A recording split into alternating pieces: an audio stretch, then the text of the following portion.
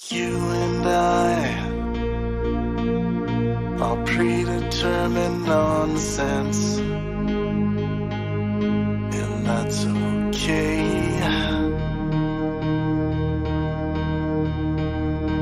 You and I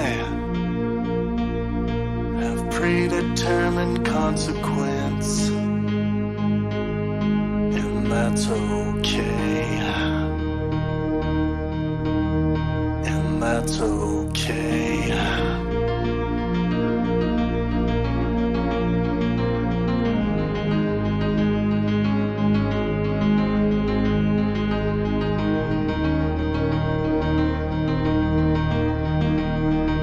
You and I are locked into our destiny, and that's okay.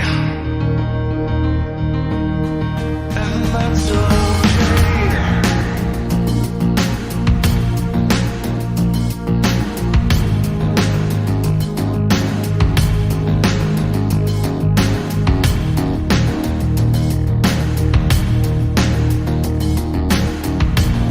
You gotta know what you want. You gotta know what you want. You gotta know what you want. Look out. You gotta know what you want. Look out. You gotta know what you want. You gotta know what you want. You and I, friends having nonsense. You gotta, and that's okay.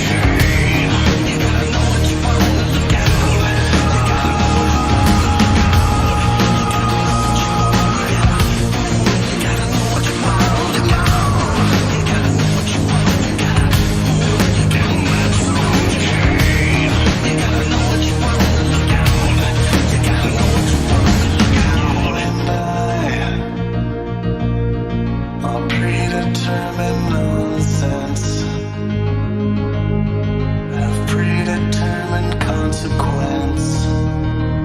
You and that's okay.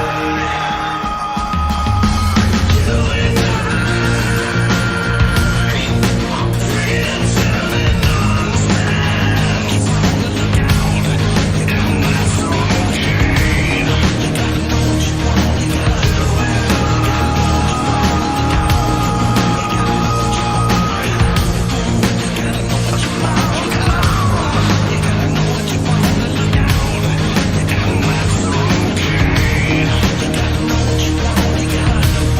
You gotta know what you want.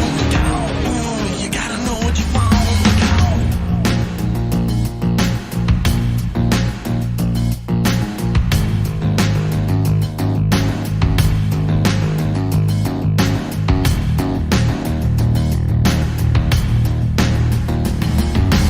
You and I are locked into our destiny, and that's okay. And that's okay.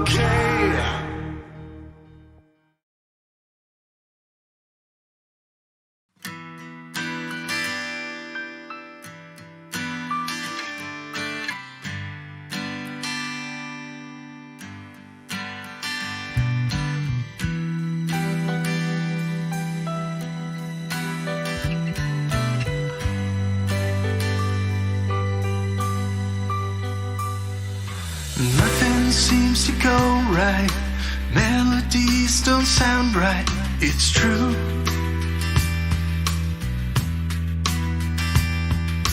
Days disappear. Shadows remain plainly clear. The door opens, and the fizzing in my beer slows. The door opens as it slows.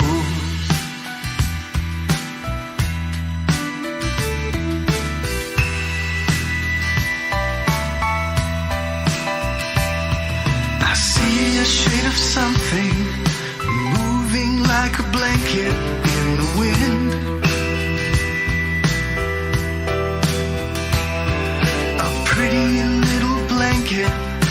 perfect to heal me in the end. The door opens and the fizzing in my beer slows. She walks by and the spinning in my head grows. The door opens as it slows.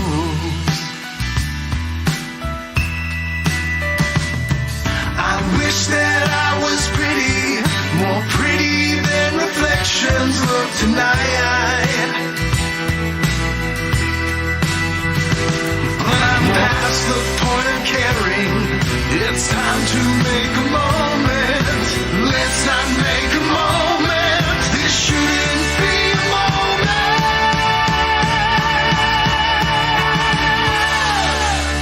The door opens and the fizzing in my beer slows. She walks by, the spinning in my head grows. When the door opens and the fizzing in my beer slows, as she walks by, oh, she walks by, the spinning in my head grows. Watch it go. The door opens and it slows.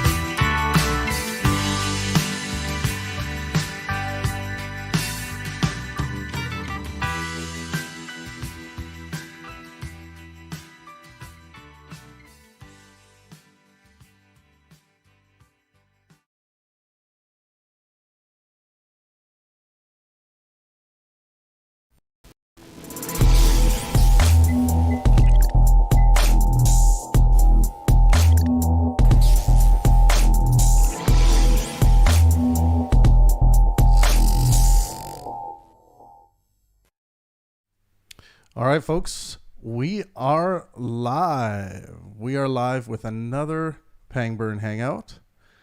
And today is Monday. It's beautiful here in Vancouver. I have not seen a sunny day like this in a while. It's been kind of gloomy lately, but this is insane. I'm going to have to get out and go for a run today for sure. Let this be my motivation. Today is Psychology Day, as always, here at the Pangburn Hangout on Monday with Alexander. How's it going, Alex? Going well. Nice. How are you? Doing good, doing good. I'm really excited to announce here that we will have Michio Kaku joining us April 9th. Again, that's April 9th. He will be coming in for our monthly Q&A.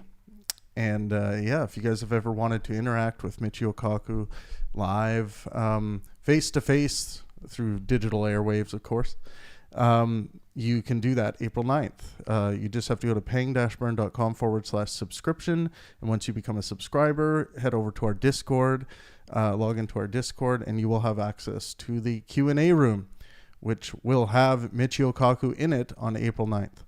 So I'm really looking forward to that. I'll also have him on the Pangburn podcast, and we'll talk about his new book, The God Equation. So it's kind of a book about his pursuit for the theory of everything. So yeah, it should be very interesting. But yeah, that's that. It's Monday. Woo. So, what led you to this topic, Alex? Honestly, it wasn't anything. It just kind of came to me maybe about 4 or 5 days ago. I'd been looking for what the topic for this week was going to be, and last week in the there was some discussion of some other topics that I might do at a later date, but I wanted to try to get into a little bit more like the psychology, and a little bit of that happened last week with worldview of things, but this just hit me because it's something that I think we all deal with or comes across all the time. And so I was like, this would be perfect. It'd be a great conversation starter. Yeah, yeah, totally. Well, where do you? It looks like we got Mr. Grimm with us already. How's it going, Mr. Hey, Grimm? Grim. Howdy, gents. Howdy, howdy. Hey. Hi. So we'll kind of set this up and then get thoughts from different people.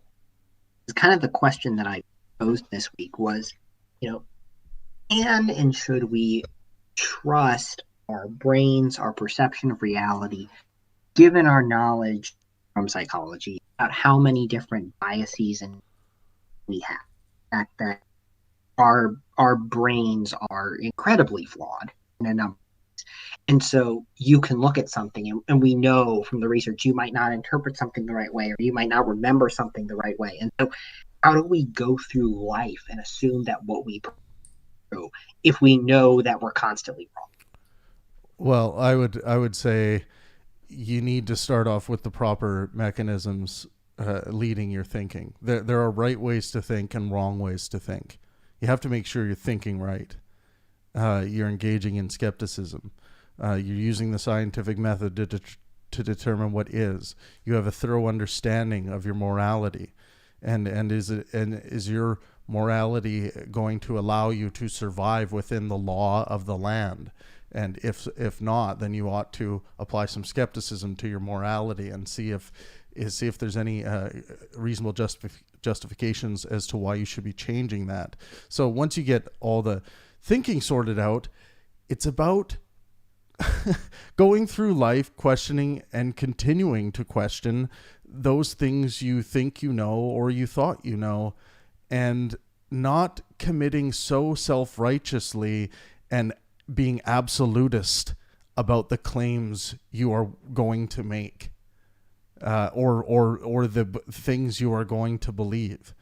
People are just so absolutist about things where they'll say things like, I guarantee you that this was the case, man. That's what I'm going to believe. And it's just like, you don't need to do that. You can say, well, judging by what we know so far, it seems like this might be the case or is likely the case.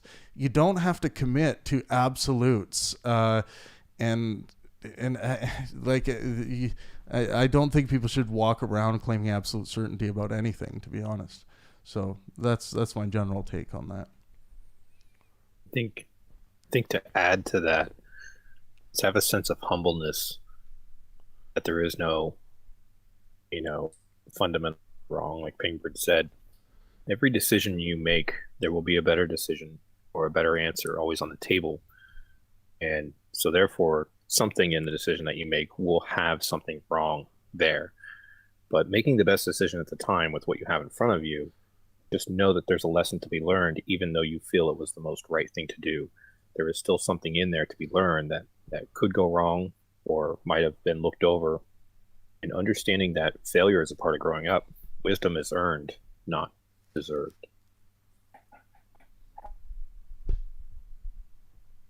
Yeah, absolutely. And I think part of what goes along with what you both are saying is kind of the standard response I think people give to this kind of question is that, well, of course we have to trust, and because I mean literally that's all we have, depending on your framework, and of course we question things and we can learn from our, try to improve upon our biases and all kinds of, and I would say that's certainly true. Alex, you are breaking up a bit. I don't know if there's a different position you can take with regards to your Wi-Fi. Not sure. It could just be crappy Wi-Fi, and what I can do about be. that. Yeah, no worries. But anyway, in case any part of it cut out, I was just saying that, yes, of course, to a certain extent, we do have to trust our minds and try to improve upon biases. Whichever one of you might have been grim, but you both kind of said it, like that idea of humbling ourselves, skeptical of our conclusion, is certainly a good place to start. I mean, you can easily let cognitive bias on you and your entire thought process if you don't question. Well, let me be a little more colloquial about this. Don't walk around being a self-righteous cunt. Like, it's like in the claims you are going to make. Like, when I don't claim lightly that skepticism ought to be the foundational mechanism at which you question and continue to question and separate bullshit from reality. I don't take that lightly, and I'm happy to defend it, and I've spent my life trying to come up with reasons as to why that can be wrong, and I continue to do that. But so far, it is the best foundation I've found for that mechanism, that is to determine what is going on and what isn't going on. Now, the average person I see talking about politics or talking about religion, they have started from a position of, how can I confirm how right I am and make myself feel good about it? And that is just it's a doctrine of cynicism. It's the enemy of skepticism. And some people will be like, well, why is that wrong? It makes me feel good. Well, if we all were like that, nothing would ever get done on this planet. It just wouldn't. If cynicism ran rampant and people were just a bunch of cynical assholes running around, we would never develop jet propulsion engines. We would never develop vaccines. We would never develop GMOs that make crops more plentiful. We would never develop this stuff. So it's like, yeah, just stop being a self-righteous cunt. You probably know a very little compared to what you think you know. It's like, I have the luxury of living a life of a philosopher where I get to sit down and think all the time and think about things. But most people don't do that. That's not what people are generally doing. So let's not be simple-minded about topics and then make absolutist claims about them. That's what I wish.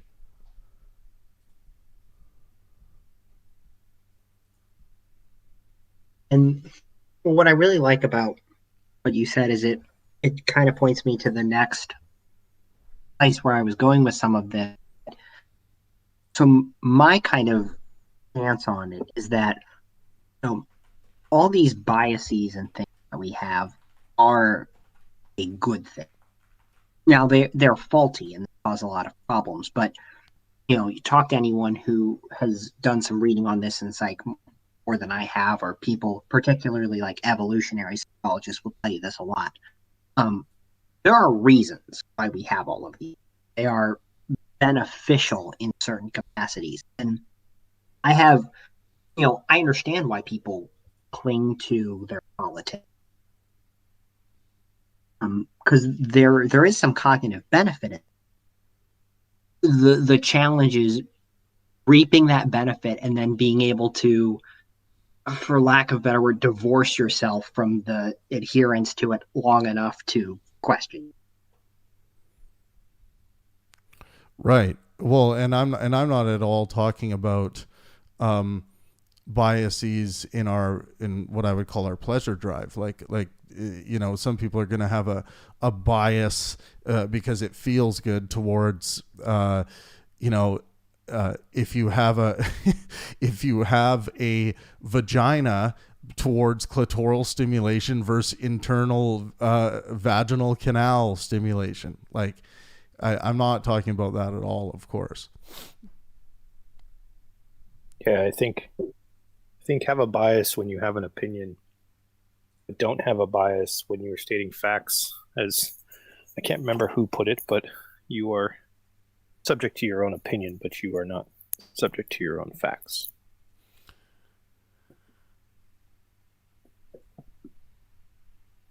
That's a good way of putting it. Yeah. And I I think can't there's remember who said that. Somebody famous said that, and I can't remember who. It's driving me nuts. yeah, I don't know either. I wish I did, but I've heard that quote. I think we always get into a kind of tricky situation when you get to like the crossroads between those two things.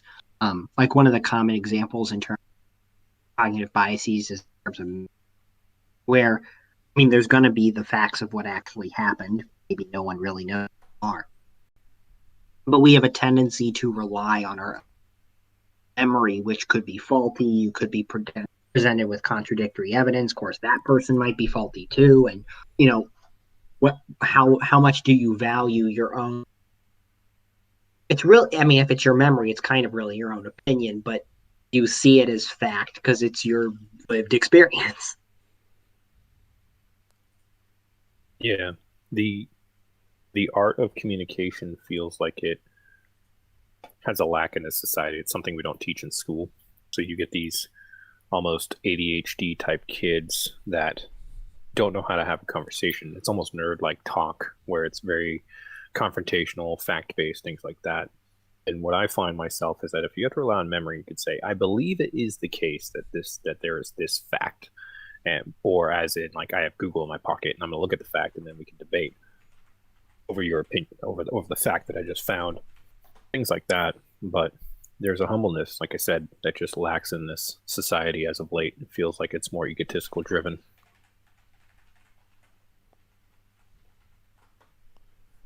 I think that comes up a lot in biases, heuristics, a lot of things that can be called is is a desire to defend ourselves, defend our. We want to feel confident, but competent. We also want to feel like we're internally consistent and that we're continuous across time and things like that. And it's natural for a person to want to protect themselves. But yeah, we do have a tendency to take it too far in an interest of self-protection that doesn't need. Yeah. I don't know. Do you find the world becoming more egotistical than actually kind of humble or in a way, kind of, I don't know, I'm thinking of the word of this village mindset, right? Like, Well, yeah, humanistic. I don't know. I would say one of the I'm a humanist. features. So, Yeah, I would say one of the features of social extremism is self-righteousness.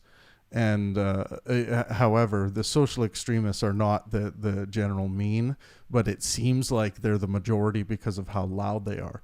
But I would say that arrogance you're talking about definitely exists on this the social extremist spectrum for sure. I don't mind that. Like some people talk about, we're now able to interact with everybody, right? So the atrocities that you see in the streets are now echoed around the world, as compared to never being really heard outside that local area. And so we see something that happens in a mall, thousands of miles away, and the whole world gets up in arms about it. For an example, and I don't mind that, because if we do see the extremes of arrogance and we do see the extremes of ego, then that should be kind of highlighted, shown, because hopefully enough people understand that as, wow, that person's really acting like a Karen. I'm not going to be a Karen, right? So maybe it has some benefits depending on who's inputting. Nobody wants to duplicate the asshole in the room.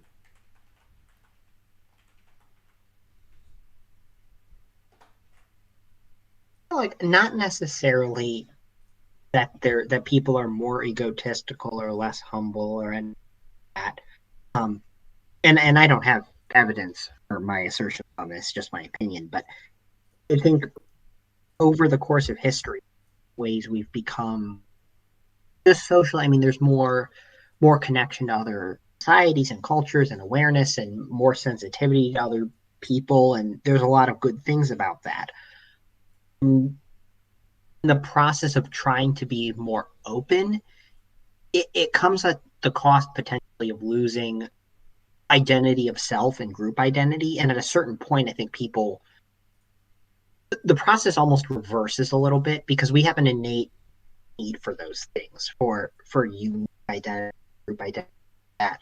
And so you might end up with some of that, what can be extremism in some cases, because people gravitate towards something, and the less you feel like you have a something, the harder you're going to go look for it, if that makes sense. Poorly phrased, but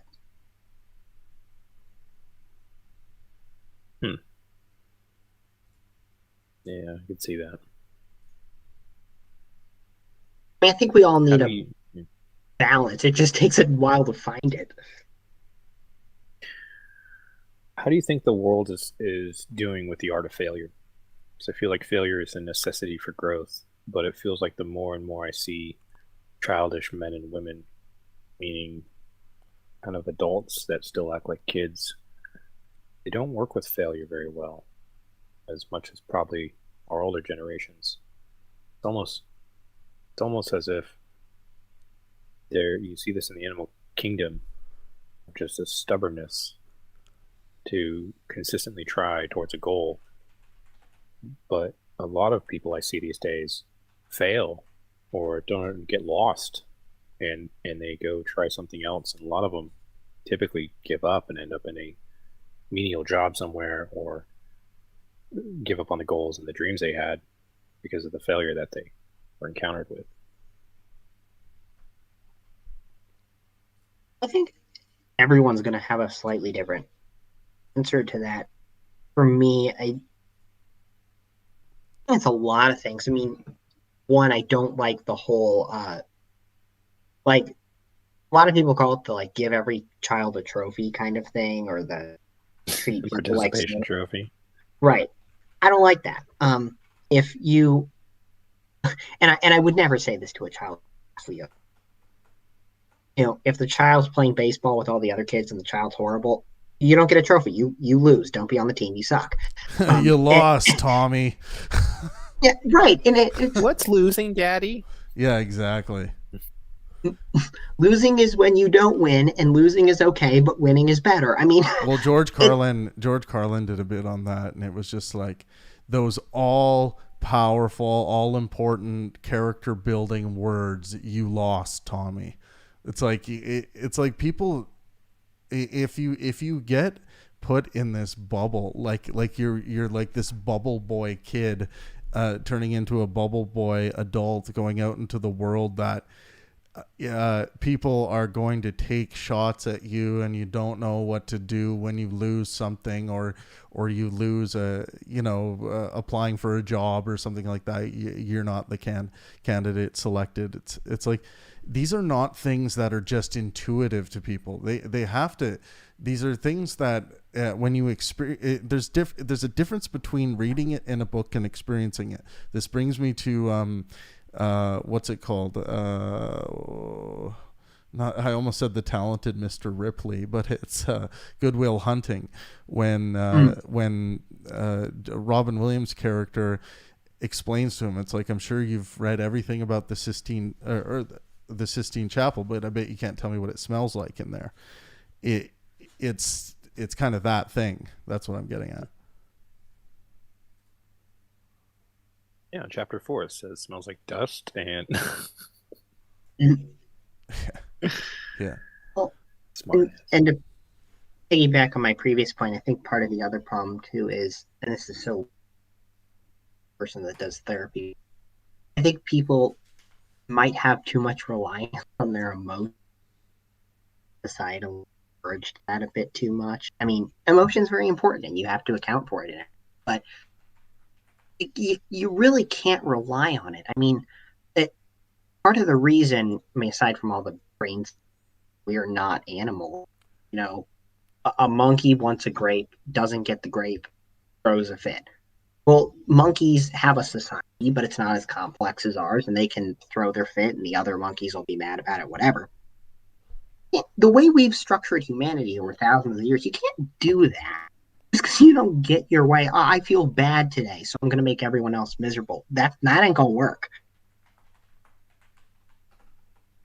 I think it's chest pounding think that's what I see. I see chest pounding. I see a lot of people. They just want to be heard. They want to be somebody.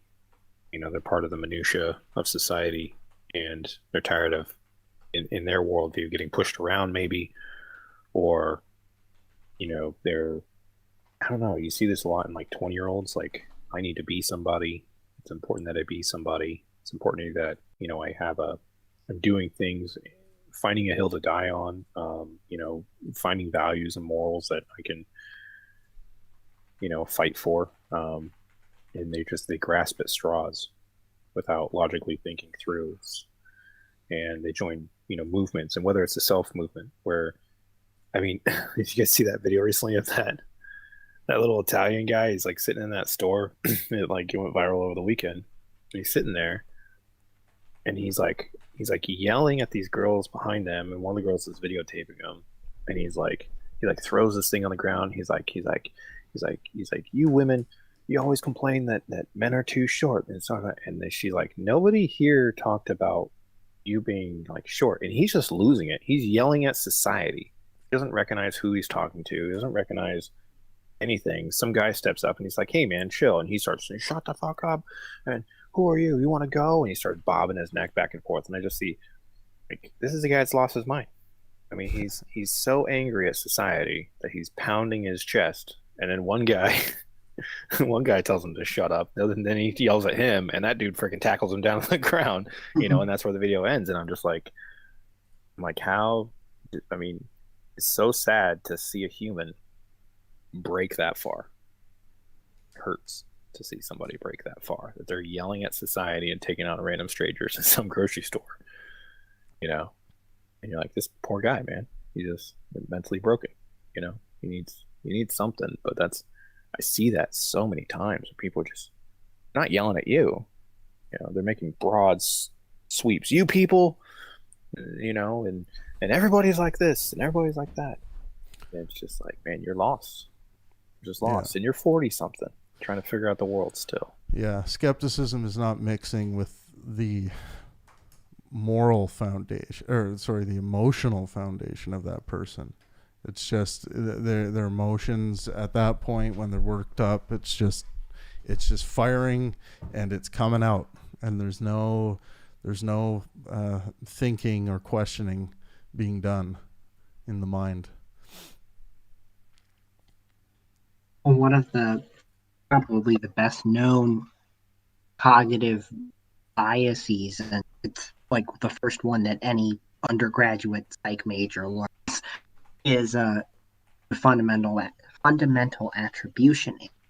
Basically, that people like to attribute their negative to other people, attribute their positives to themselves. I want to prop myself up, make me feel good. Anything that's not good about that's somebody else's fault, kind of thing. And that's partially an example of what that is. I mean, I don't know this during the story the first time, but I mean, this could be someone who's just deeply unhappy with himself and takes it out on the world.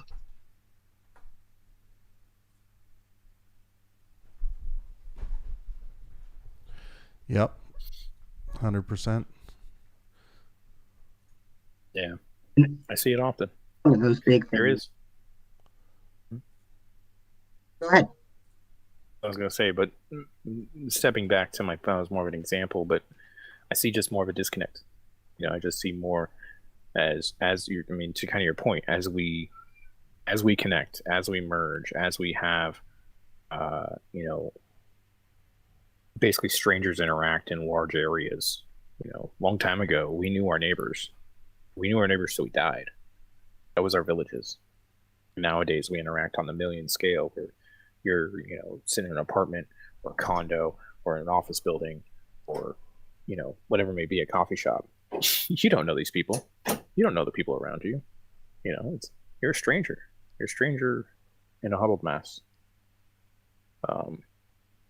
Taught to think for yourself and do things for yourself, but not taught how. And that's the biggest complaint I see as well, is how to think, taught how to act. Yeah. really like So, I mean, to your point, I can see that dissolution.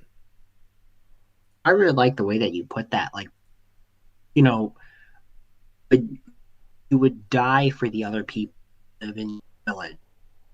You're not going to die for your apartment neighbor. You cut out. Why this keeps happening?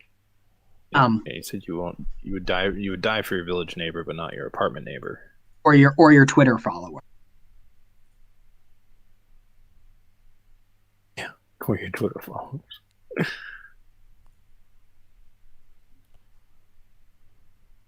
Good. I It's think hard to good even to know who is on Twitter. There's Very true. donkey fucker 7 just liked your tweet. Well, who the fuck is that?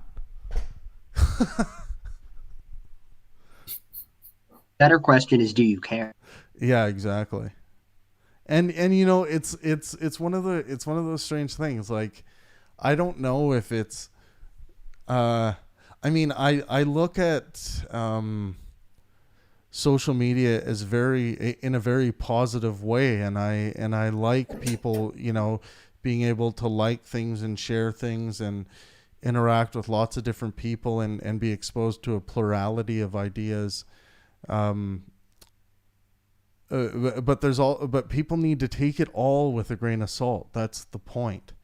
Especially in the cases of like, it might be a robot, it might be a bot liking something, and you feeling like someone out there likes something that you did, when really you don't know if they did. So you need to take it with a grain of salt. And of course, it gets different if you have a platform where you're verifying people's accounts and people know that this is their actual account, and then you can have some real interaction. But you know, for the most part, people should be taking this social media thing with a grain of salt and reaping the benefits. There's a guy named Jared. I can't remember his name. Jared was his first name. He gave a few TED Talks. He's kind of this older white guy with dreads, kind of he looks like a D&D nerd kind of. And he was part of some of the major tech companies that came up with some of these apps. He's very, very smart in knowing how these apps work and the algorithms. And he convinced me to basically get rid of Facebook and social media. And he said these things are buying for your attention. They are designed for your attention. And once they got your attention, there are adverse health effects that come with it. And those health effects are simply, you know, closed feedback loops, Dunning-Kruger effects, you know, many things here to kind of mess with you, but not intentionally. It's just a result of the system. And it, unfortunately, when people do kind of connect on that level, yeah, it has some tragedy there, because if you're not mature enough to handle Facebook, which I argue most people probably aren't, hell, I wasn't, then it can be pretty caustic to your personality. Alexander, what do you fear something like some things that like the Russians have and the Chinese have and many other countries have? I don't know if we have it, but you know, they have these huge, possibly state ran, you know, kind of phone banks that these guys run in these massive, you know, room, like apartment complexes and stuff like that. And they basically put, you know, thousands of phones up, and then they program the phones to comment and push the narrative of certain things happening in certain countries to psychologically mess with the citizens. What's your take on that?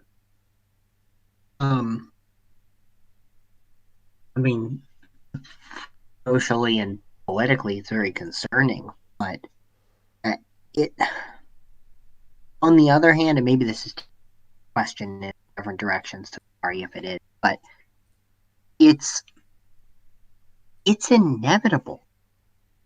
I mean, the way that these social media sites operate is their algorithms are based on here. If you ever take like some kind of marketing class or something and they tell you how to get more clicks, like what they're teaching you is heuristics. The short, snappy posts, the ones with the colorful pictures, the ones with really polarizing opinions. Right. We eat that stuff up. That's the way that we are. And so Yep. it's only a matter of time before people with corrupt intentions figure that out too. It's just gonna happen. I don't like it, but I don't think we can stop it. It's the way that our brains are. It's the way that our social media is. It just follows, unfortunately. So here's my thing though.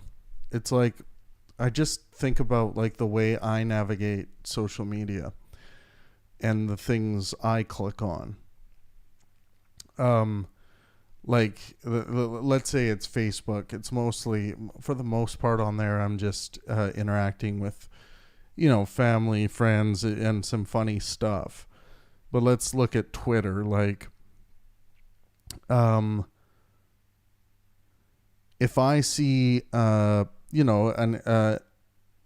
topic that's being discussed in a headline of an article,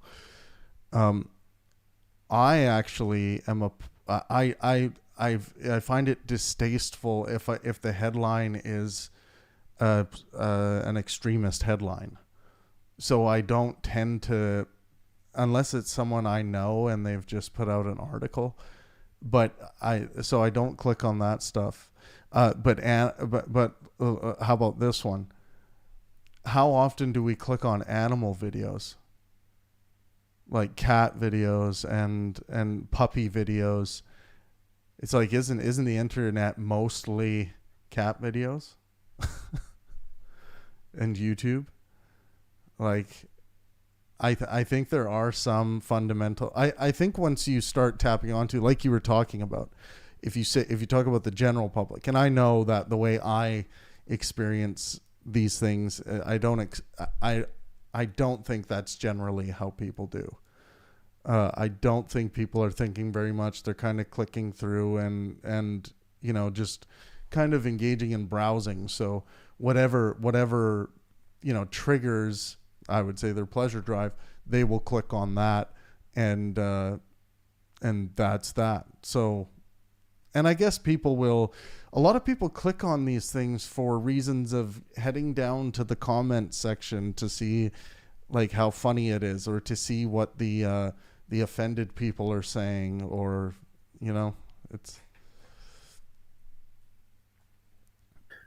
there might be a lot of those, but it is interesting to see things like TED Talks or DIY, or even like good debates and stuff like that get to the multiple millions of views. But yeah, you do have this side of like just nonsense, just utter nonsense, and it gets like 10, 15 million views. Well, and I love like nonsense to me, like as an artistic form, is one of my favorites. So anything that has pays credence to the absurdity of Samuel Beckett, I'm going to be all over it. Yeah, I mean, I think the YouTube like number one video, I'm going to guess, I think is like Baby Shark maybe, but how nonsensical is that? But it's one of those things where it's like, you can almost monitor the health and well-being of what's being viewed. If you see like, okay, well, cat videos are at like 100 million views a day, and then it's like, and then philosophy is at like 1 million views a day, and then you can kind of see society. You can see society kind of turning at that point. And you're like, okay, so we're how hard it is to sell sell philosophy to people. Even if you look throughout the history of humanity, it's like, fuck. People like try to sell them that over going to the gladiator fucking battle that's about to happen. No, let's go talk philosophy. It's like, nah. Well, yeah, philosophy is those who brains can't stop. Yeah, but it is a testament to, I think, a kind of a changing of the times, that I think it is becoming popular to think and and people wanting to think correctly. And I think that's, when I started doing my large scale live events and putting philosophers and scientists in rock concert halls, we were able to fill those venues up, which is a good sign. And you obviously can't do that all the time. There was a specific blip and moment there, things, because foundation rolling, then they're constantly going to point out like, no, that doesn't mean that, because if it could be this, or it could be that, or that, or that, and then they'll be like, okay, well, I guess I don't know for sure. I just thought it might be that. It's like, well, why do you think it might be that? Well, I don't know. It just felt. I don't know. I just felt like it might be. Oh, well, why don't we look at like, what your justification is for thinking that, and see if we can, discover how we can improve on that, so you don't have to be wrong, constantly be wrong all the time. And and people, people are just like, if you sit down at a restaurant, a busy restaurant, and listen to the conversations that are happening around you, like, people are not thinking. They're not. They just aren't. They don't know how. And I mean that generally.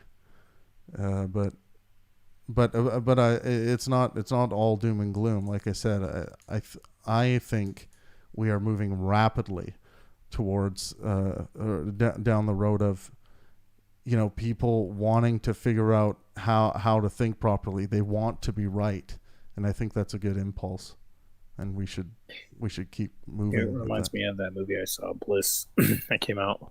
You see that one yet? Bliss. No. Yeah, it has it's on. It's an Amazon movie. It just came out, and it had Owen Wilson, and I forgot the female's name. She was in Zorro and a bunch of other stuff. Anyway, Salma Hayek. That's what I was thinking of. Mm-hmm. And it is kind of interesting. So, like, I'm not going to spoil it, but basically, I'll go off the trailer. They're taking drugs, and when they take these drugs, they come back to reality, and reality is a utopian society, and everybody acts like pretentious assholes, because if you want something, you just have it. And so they designed this. So this Salma Hayek plays a scientist who designs a machine to transport you to like Skid Row in LA in like our time. And it's just chaos. It's just utter chaos, and it's just disgusting, and it's horrific and depressive. And then you come back to bliss, and you become humble. And maybe there's something in there that says, like, as our society is growing and as we are wanting for nothing, you're seeing a bunch of people who care more about the latte in the morning and will fight you over it than something as important as, should women be wearing burqas in the Middle East? Should, sex trafficking is happening, behind the alleyways of the Starbucks that you absolutely enjoy. And so maybe there's a focus on, the fact that there's a sense of urgency of things out there that are really important, really, really important. Like maybe also like personal goals. We live in a very cushioned life in the first world. And maybe there's some outside pressures there that aren't getting us to strive and push for and think hard about what needs to happen until you finally have some loss in your life or something just awakens within you. Dao Tzu. No. Hello. So I actually want to go back for a second before we delve into maybe the bliss thing more, but I posted a graphic I think it's in the weekly scheduled text on listening on YouTube. It's called the Cognitive Bias Codex, and you can either look it up or please join the Pangburn Discord, and you can see it there where I posted it. And it lists about 200 different heuristics, and it kind of narrows them down into 20 principles. And I just want to point out what two of those principles are, because it came up in social media conversation and the TED Talk conversation. One being that bizarre, funny, visually striking, or anthropomorphic things stick out more than non-bizarre or unfunny, which one I think basically encapsulates social. The things that are weird, things that are funny, things that have animals, like you guys were saying, that's what we're drawn to. And the second point I like on here is we favor simple looking options and complete information over complex, ambiguous, which is why I think the philosophy stuff is growing, and also why things like TED Talks are popular. People want someone who can distill complex information in 10 minutes, because a lot of times we just don't have the capacity or don't feel like doing that work ourselves. Right. I bring that up to say, like, all these different things that are talking about, these examples from our life, they really boil down to there's different graphics, but I like this one, 20 basic concept. They're really everywhere. I don't know where the bliss part falls into here, but I'm sure it does.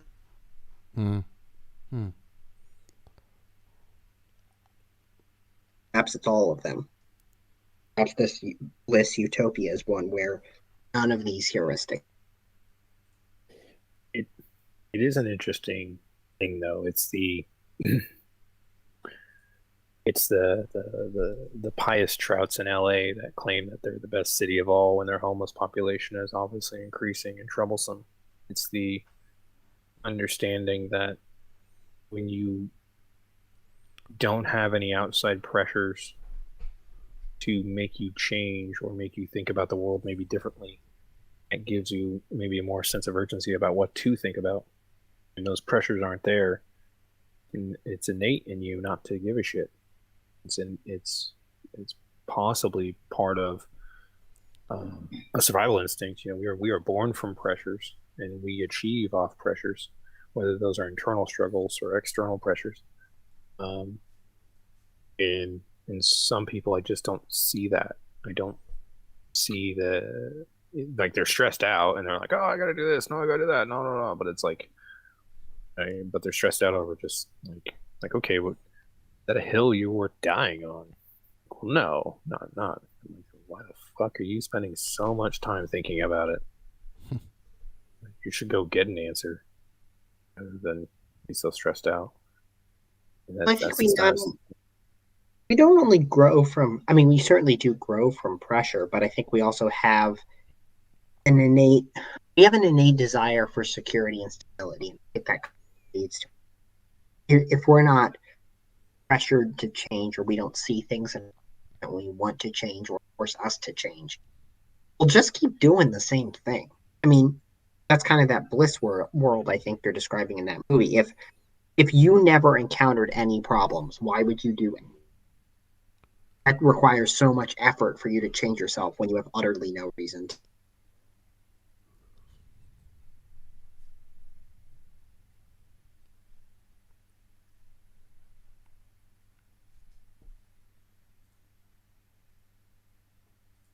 I have the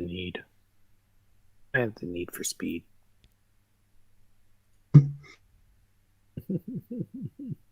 Yeah. Well, I think the follow-up is where does that need come from, though? Clearly, I would say something pulling you. Not, either it's a dissatisfaction or it's a desire for something enables the need for speed, enables want to change. I don't know if anyone's ever perfectly happy, but if we say hypothetically, someone would do that. I'm bored with the world. I'm bored with people. I'm bored. I'm very bored. I'm always bored. It's something about, like, if I'm bored, I build. If I'm not building, I'm bored. Otherwise, I need to have. If I'm not working on myself, I'm working on my structures. I'm working on my metaphorical ship, which is my foundation, my family, my household, things like that. And I'm constantly working on that ship. But I mean, I've been so bored that I've literally done nothing, like, for years at sometimes, where I just didn't do anything. Join the monotonous rat race, or try to put myself into nonsensical things like video games, or or just bullshit with friends and partying and things like that. And I realized that I get bored really easily. It could be the funnest thing in the world. Give me a few years at it, and I'm fucking bored. Like I gotta go do something else. It's something weird. ADHD maybe. I don't know. Sort of. Like okay, gotta do something else. I'm become a jack of all trades and master of some. At that standpoint. I think that's a good point, though, about what we do with our mental energy or emotion or whatever you want to call it. Like, I mean, like just in what you said, I heard so many different examples of, I mean, you could be bored and take that boredom to tell you, or you can do something unproductive, or you could just do nothing. And all of those have their, I would say, merits, not downsides. But that's a decision that you and everyone has to make. Is I mean, that boredom can manifest in a lot of different ways. You either reinvent yourself because you want to do that, or you just do nothing. I mean, yes, you can do that too.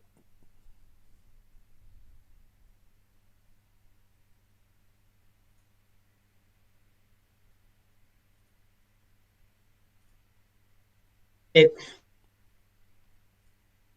to me though, I guess what stands out. It all depends on your capacity to recognize yourself, test your skepticism, be humble, and things like that. If you think too highly of yourself, then you won't change anything, maybe. I'm guessing, even if you're bored, because, I'm great. What else do I have to do? But it seems like, at least for you, Graham, you have, I mean, well, I've talked to you enough capacity to know how to improve yourself. Yeah. It's almost eerie, like if I'm not doing those things.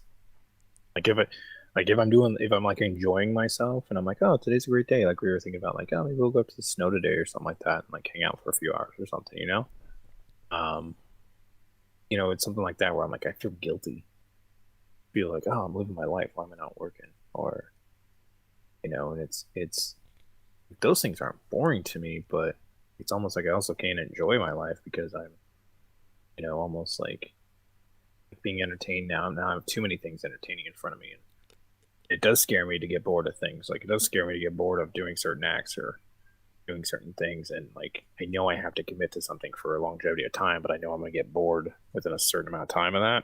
And then I feel guilty for doing other things by not taking it seriously, And so there's this like war in me as like everybody, just like it's like it's your life. You can do whatever you want, but you need to pay for it, and you need to, grow, and you need to, do all these things in you, and then you just, you don't learn to manage kind of enjoyment, and I have that struggle with myself.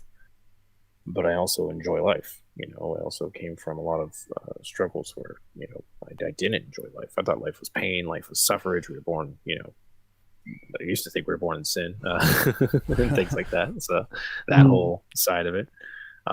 There's a lot of stuff there I think people struggle with, and it consumes them, it overwhelms them. It's hard.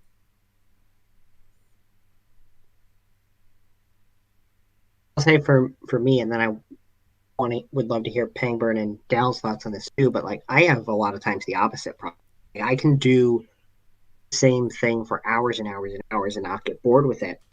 But that sometimes comes at the cost, particularly if it's an unproductive thing, that I don't get to things I should be doing because I'm too wrapped up in the enjoyment of what I'm already doing, and I don't feel the need. Yeah, I need to do things that give me creative freedom. So if it's a job, it has to be things that, or it has to be something that really allows me to work in many different disciplines and take time to become obsessed with one aspect of that, and then not so much maybe the next day. But it's like the way I take in songs, like certain particular songs, is I become addicted to a really good song, and I repeat it. I listen to it over and over and over and over again, almost until I can't listen to it anymore. And I think, you know, I've always, it's kind of been my mode of operation to always go balls out regardless of what I'm doing. I've always been known to, like, you know, never take anything slow, never slow down the gears. It's always with me. It's you know, moving and always trying to progress and improve and build. That's kind of been that's kind of governed me through all disciplines of everything in my life.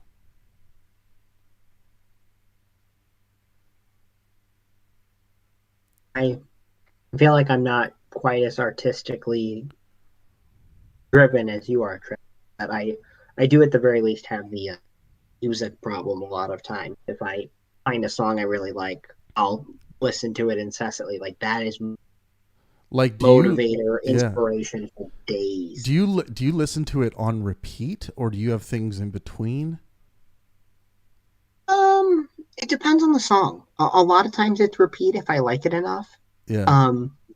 Sometimes it's not. I might deviate and then, especially kind of like fizzles out. Like if I find something new I really like, I'll listen to it on repeat for a while. Right. And then I'll be like, well, I've heard that enough, and I'll go to something else. But then like 2 days later, I'll be like, oh, what was that song again? And I'll go back to it.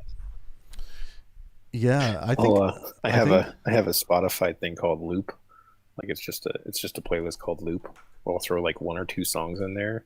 Yeah. I'll listen to it for probably about 8 hours straight. It'll just go while I'm working. Mhm.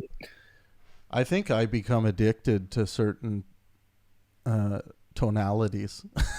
Yeah. And I just like, you know, I just get, I need it again. I need a hit of that again.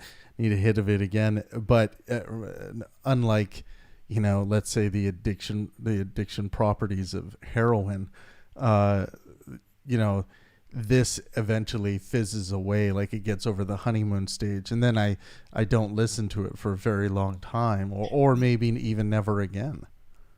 It's almost like a artist exploration too. Like I'll literally be in the middle of a project, listen to a song. I got to stop everything I'm doing. I got to find out who this artist is. Are there more songs that I like about him? Where did he come from? Are the bands like him? Like, oh, interesting. Because so that part, you couldn't pay me enough money to do that. Like I just have no interest in that discovery, and I never have. It's like.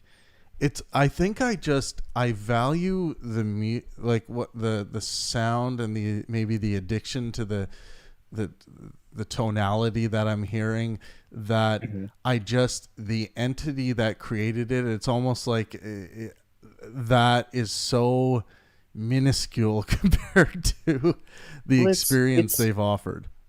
It's almost like the art of deep tracks. Like, oh, okay, this is cool, but this guy has a unique sound. I want to see what he's doing on the deep track side, right? Interesting. The best music I've ever heard is deep tracks. It's being pushed out. It's always. See, and I've been playing my music my whole life, and I've been in music my whole life, but I don't even know what you mean by deep track.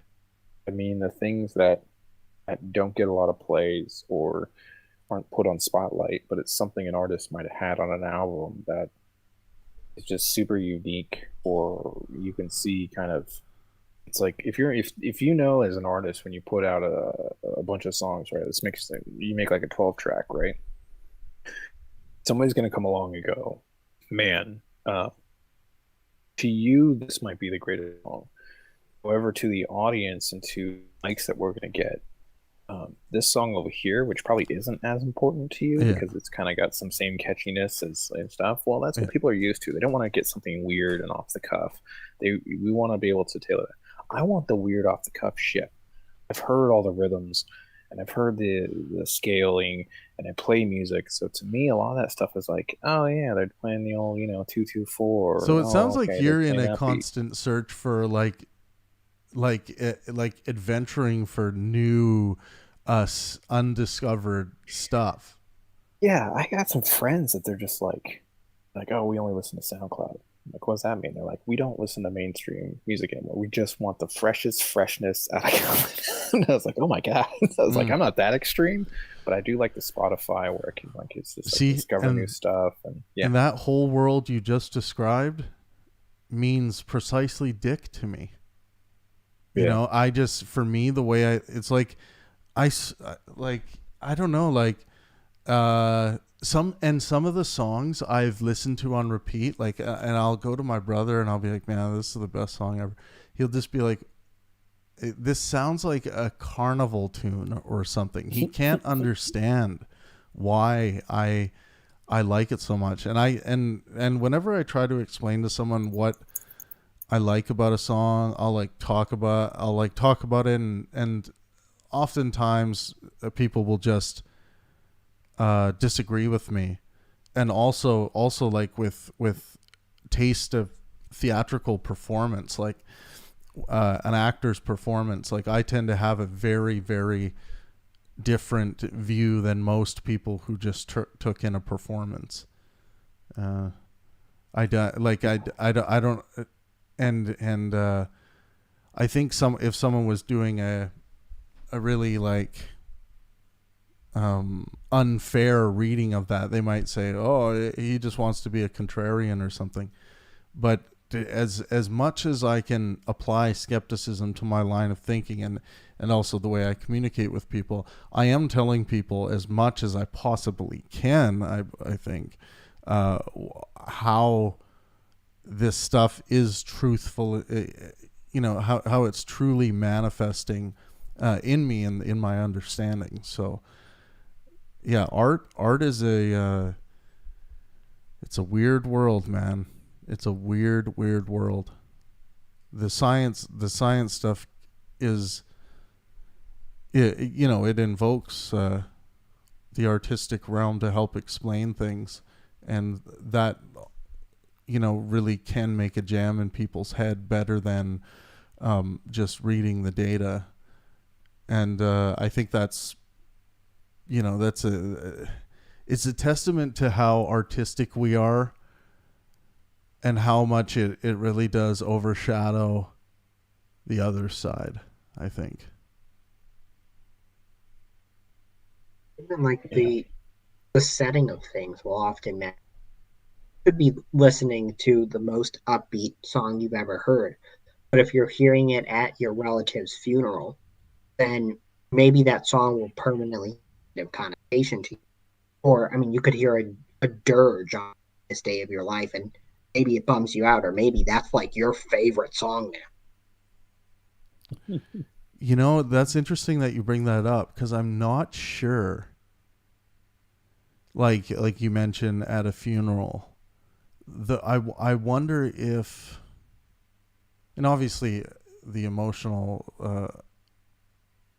circumstances of a situation, but I feel like with my mind, like I can compartmentalize that stuff where I can simultaneously be enjoying the song the same way I normally do, but also be grieving.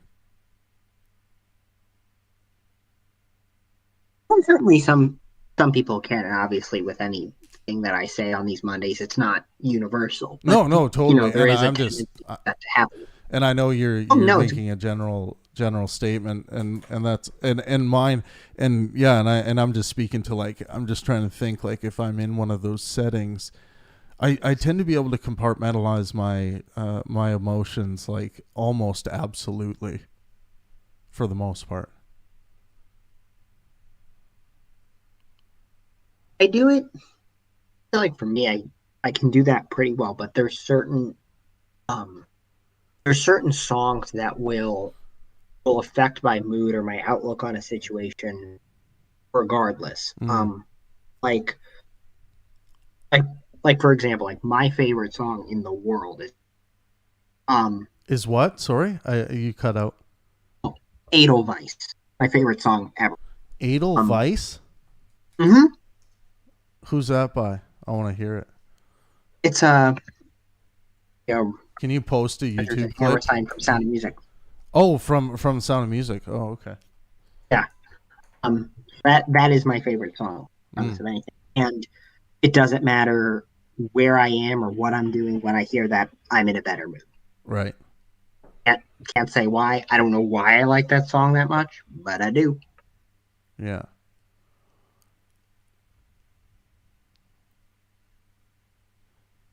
Yeah, and it's weird. I get in these moods too sometimes where I find like playing the thought of playing music disgusting. Like just sitting down at the piano and playing. It's like this torturous, like gross feeling of like no, I can't do that right now. But it's not the same for me as listening to music. I think I could probably listen to music under any circumstance.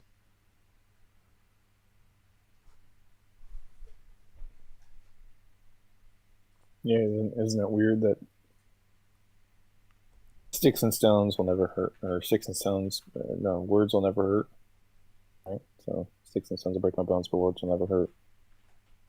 But you put on music, and I'll start, having all these feelings pop up. You can't give a fuck about your words. Yeah, It's like, it's such a beautiful song, but that one you're willing to let in. It's like to art, the door's always open. Yeah, well, music definitely when it comes to sentimentality, there's for me like yeah, parts in songs and certain things in song will actually have memories attached to them for sure. It's the most gentle way to communicate. We can have a whole maybe sometime have a whole day dedicated to that. So for those that don't know, because it relates to the memory, music is kind of one of the forefronts of Alzheimer's right now. That having people with early stages of dementia or Alzheimer's listen to certain kinds of music can actually be beneficial in reducing symptoms or potentially even suicide.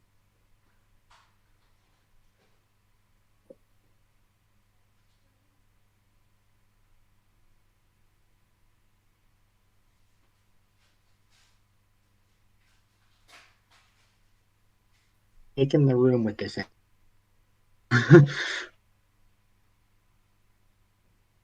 I'm in the middle of work as well, but I'm listening. Well, posted that it's called the Bagel Boss customer goes on a rant about his height and gets tackled. That's the one I was talking about. I saw over the weekend. God. So savage. So savage. Oh well. I think people have just this negative outlook on life, and they just go through it, right? How's life? I'm surviving. Like, what the fuck does that mean? You're an apex predator that bends nature to your will. What do you mean you're surviving? The fuck does that mean? It's like, yeah, some people say it in a very light, colloquial way, but sometimes if you know the person, you're just like, yeah, you have a negative outlook on life. The fucking government's bad. Everybody wants to kill you. The world's so bad. I mean, I hear this from people closest to me. The world's just getting crazier and nuttier. Dangerous. Like, nah, I don't think so. Statistically, no, it's not. Murder's going down. Poverty's going down. Technology's going up. Um, 9 to 5 work week is being destroyed. People make more money now than ever have before. Like it's got problems. Like, don't get me wrong, it's always going to have problems, but there's no better time to live. You are blessed. You're absolutely blessed. You got a 1 in a billion shot of being born. You got a 1 in a billion shot of being born. Hopefully, with the right circumstances, given a fair shot to change those circumstances. 1,000 years ago, you didn't have choices like that. 1,000 years ago, your ancestors worked. They died. Retirement was a joke. Well, what the fuck is that? I think So. we're very psychologically trapped in our seat. I mean, you can read all the history that you want, but it, or to your example of the Bliss thing, where they that machine and they live in the slum for a while. Like, unless you've lived an experience, it's really hard for it to film. So when people become negative, I think a lot of that is, it's negative by their own standard, and then you end up with, oh, I'm just surviving because, and everyone does this, whether they're feeling happy or sad or whatever. People look for evidence to confirm what they already believe. And so if you come from a perspective, either because of trauma in your life or because just some one bad thing happened to you, and go, oh, well, this is bad, well, that's bad, oh, look at that, that's bad too. And then you end up in that state of, I'm just surviving, even though in reality, yeah, compared to history, your life is great. All right. People have a hard time seeing beyond them. Do you remember?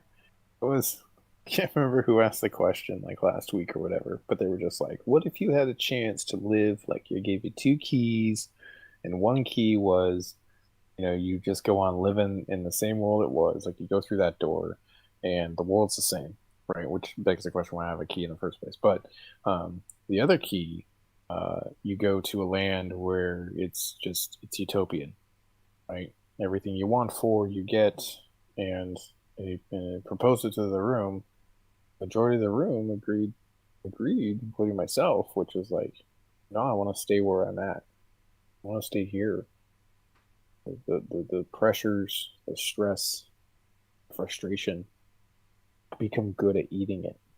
I become good at using that as fuel in my furnace to go do the things I need. And if you don't provide that fuel and just give me everything I want, I don't think I'll be the same wise, kind of helpful leadership roles. I mean, the many attributes that I look at qualities of myself because of challenges I've had to overcome.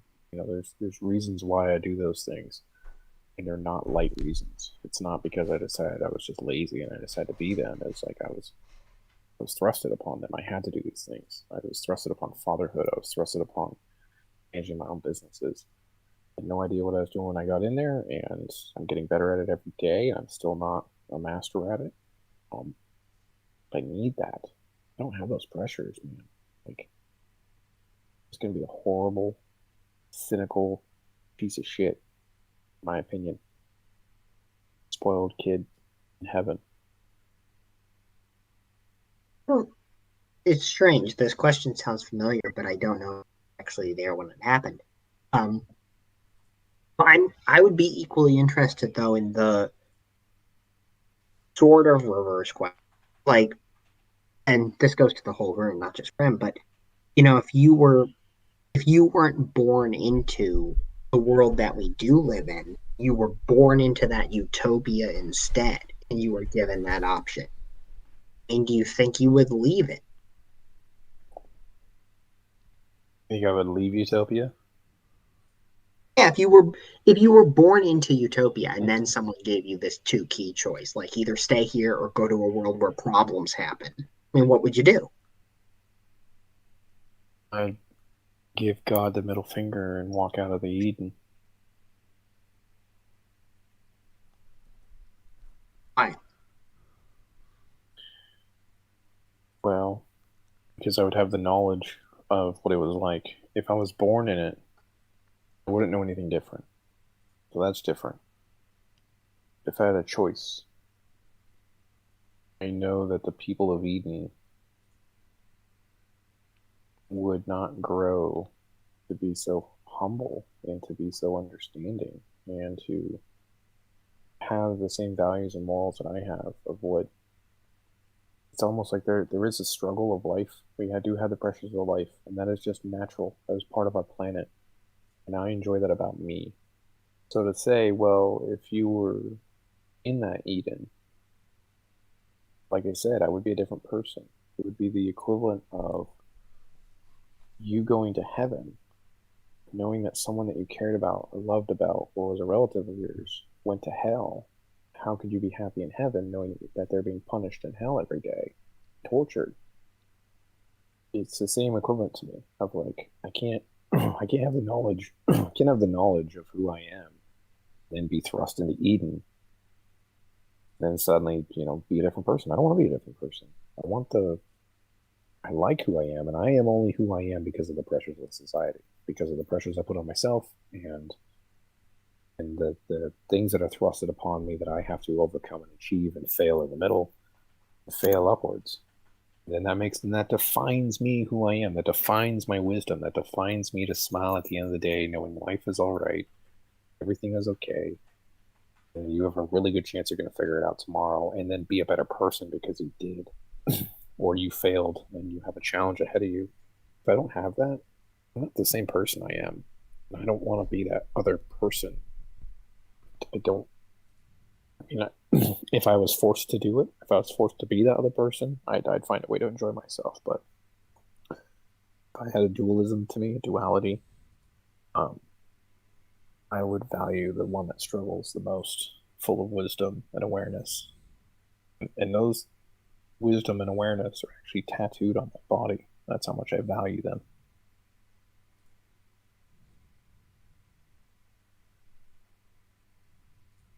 What up, Bruce?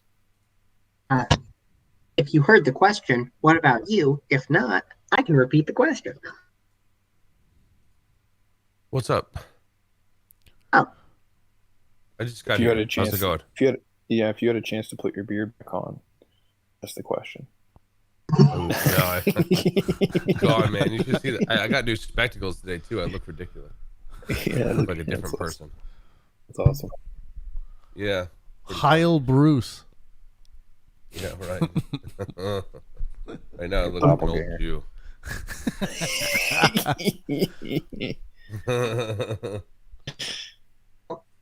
The actual question we were kind of tossing around, Bruce, was Grim mentioned, I guess, someone last week in some conversation asked if someone gave you a choice between living in this world we currently live in or going to a utopia, which would you pick? And a whole bunch of people said they'd stay where they are, kind of thing.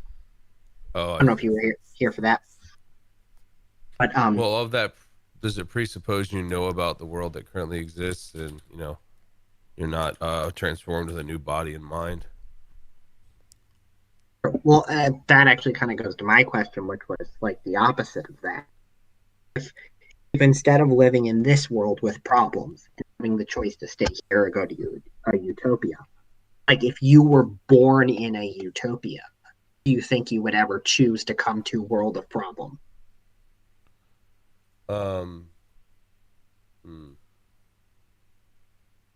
I guess no, not considering the state of man. No. Nope. You'd ruin it. You'd ruin the utopia if you were given it anyway, so maybe it doesn't matter. People ruin everything that's good. People ruin everything that's good. Why would you ruin it? They just do. It'll be too comfortable. It's not part of our makeup. Yeah, and I agree. I think it would be painful. I think it would be. It's like be a false hell. It would be an absolute false hell. Be a form of hell. Yeah.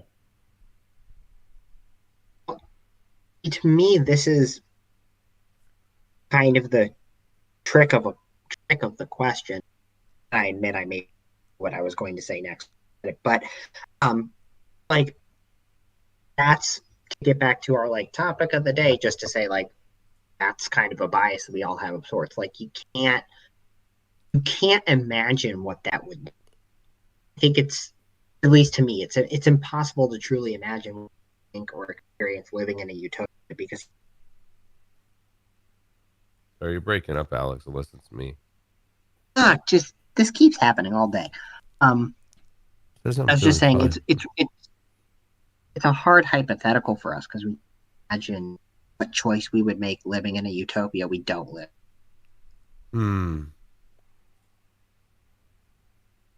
Yeah. Well, it's a difficult hypothetical, but the question is basically like, at the crux of the question is, would you abandon those who didn't have the opportunity that you have? And usually most people would say no, they would not.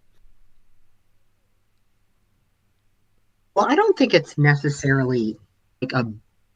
I mean, I wasn't even factoring in the abandonment piece into it. I was just taking it on as a good question, though. I was just taking it on the level of like, if everything was perfect for you, Mm-hmm. would you ever choose to make things perfect? I mean, would you even have the insight to think there was something to I mean, I think philosophers have talked about this for a long time, but I think people would want some sort of strife. Otherwise, what would they do? Because if there's no reason for you to value something over another because you don't have strife, then what would you? How would you operate? Well, maybe at that point you have found a way to pursue pleasure without the fear of suffering. Even the fear of suffering isn't enough, and is not even to the point where that's like the extreme. I'm saying Well, making an let's argument about value has to place things in opposition to one another, and then you'd have to say you're not in a utopia. see the question I asked, and I think Alexander brought up that this was asked last week. I think was, is there a limit to the amount of pleasure based on the knowledge of this utopia? Is there a limit to the amount of pleasure I could potentially experience? And whoever had asked the question said yes, there would be a limit. So I said, I want to get out of here. So I guess I'm saying, bring on the utopia. So long as the potential pleasure that I can experience is infinite. But if we don't know the answer to that, if the person in utopia doesn't know, I'll still take utopia, because there isn't any law that couldn't be cracked with regards to just being able to control the pleasure centers in our brain and allow us to, pursue by will, let's say, or at least the illusion of by will.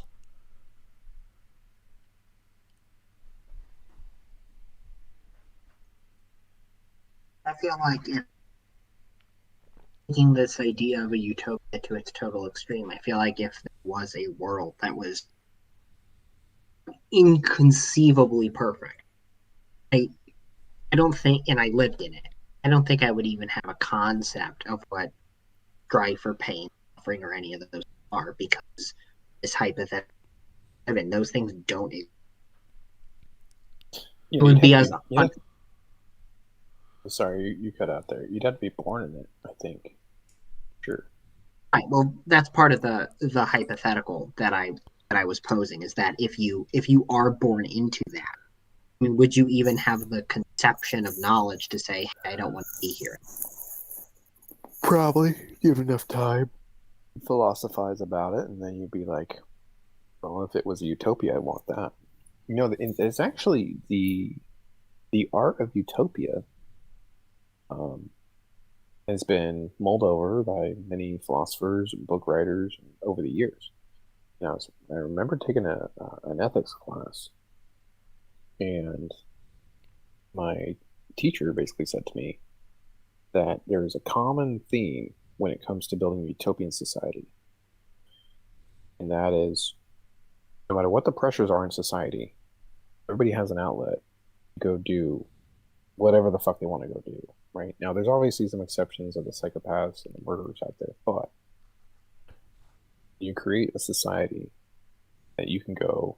What, like, for one of the book's examples was, society was perfect, it was doing great, but everybody had the ability to go to an Indian reservation for a certain amount of time or whatever it may be. It's like a paid vacation, and everything was permitted.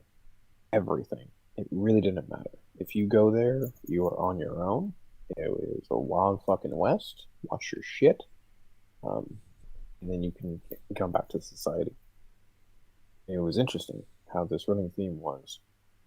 Everybody has to have this outlet, and you see this now today. You see this in the Vegases and the Burning Mans and the festivals and just the furries and the Comic Cons. Everybody has an outlet. Everybody has it. It's when you do not provide the outlet is when you want everybody to be proper and prim, take their 2 pills in the morning, and all that, and and you try to mold society. You have huge psychological and horrible issues. And so to me, it's like you need a small amount of pain. There's a certain level there. You need a small amount of pressure, something there to create it completely utopian. Causes a lot of problems for people. They feel like it's a one size fits all. They feel like they're born into a straitjacket. And so if they're gay or they want to do something that society, you know, kind of doesn't like, gays are an example of that because we see people of like, flamboyant and drag queens and all this. Like, these are things that gay people enjoy to do, right? Some straight as well. Society frowns upon it and closes it off, and causes a lot of heartache, causes a lot of pressures, that or causes a lot of sadness that shouldn't really be there. But when you have these outlets, the Pangburns note of let the art flow, um, then that seems to actually better us. That seems to actually help. It's almost like we need to. It's our own utopia. We have to manufacture. It has to be a small dose. We can't consume our lives. Um, and it helps you kind of get through the day to day. People cling on to that kind of stuff. Funny you mention that because something I thought about when you were talking there was, I don't. If I think of like examples of utopia, most of the ones that come to my mind are in dystopian. Like whenever someone tries to make a actually help for people, and You broke up. Everyone tries to make a what? whenever someone tries to make a perfect world, it actually just creates hell for people. Like I've never heard of a story where there's a utopia and everything's just great. I guess that wouldn't be a very interesting book or movie, but most of the Usually a ones, seedy underbelly. exactly. Usually there's a seedy underbelly, or people are actually miserable, or one person becomes enlightened, or whatever the heck it is. Because that actually doesn't bring them happiness. It's interesting. Mm-hmm. This could just be all human nature. Maybe we're bound to that. Yeah. I mean, take away people's leisure activities. I mean, not just relaxation time. Like, let's say you can relax, right? But your relaxation time was designed by somebody else. You lose your fucking mind. It's got to be something you choose. So, in a lot of ways, it's like you gotta create heaven on earth, man. You gotta. It's not, in my opinion, it's not waiting for you afterwards. You know what's waiting for you afterwards? Same feeling you had in fucking 1592. Nothingness.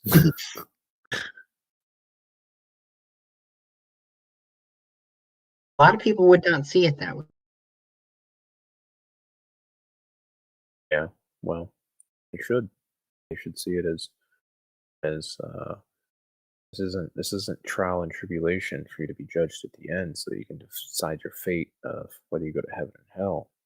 Um, you need to make that on earth. Even if you do believe in an afterlife, do you honestly think you're coming back here? Because most religions you don't, unless you're being reincarnated, and then you're still at the whim of, being a fucking bug or a cow. So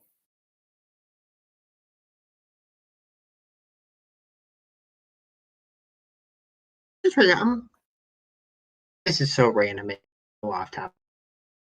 Do we have anyone in the Discord who like believe in reincarnation genuinely. I don't know if I've ever found one.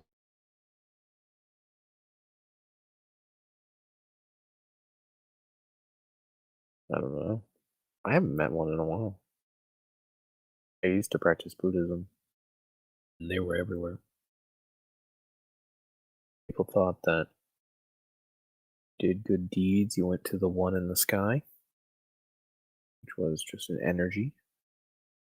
And then you were deposited back into life again. Was not the top of that chain. For humanity was complex, full of suffering.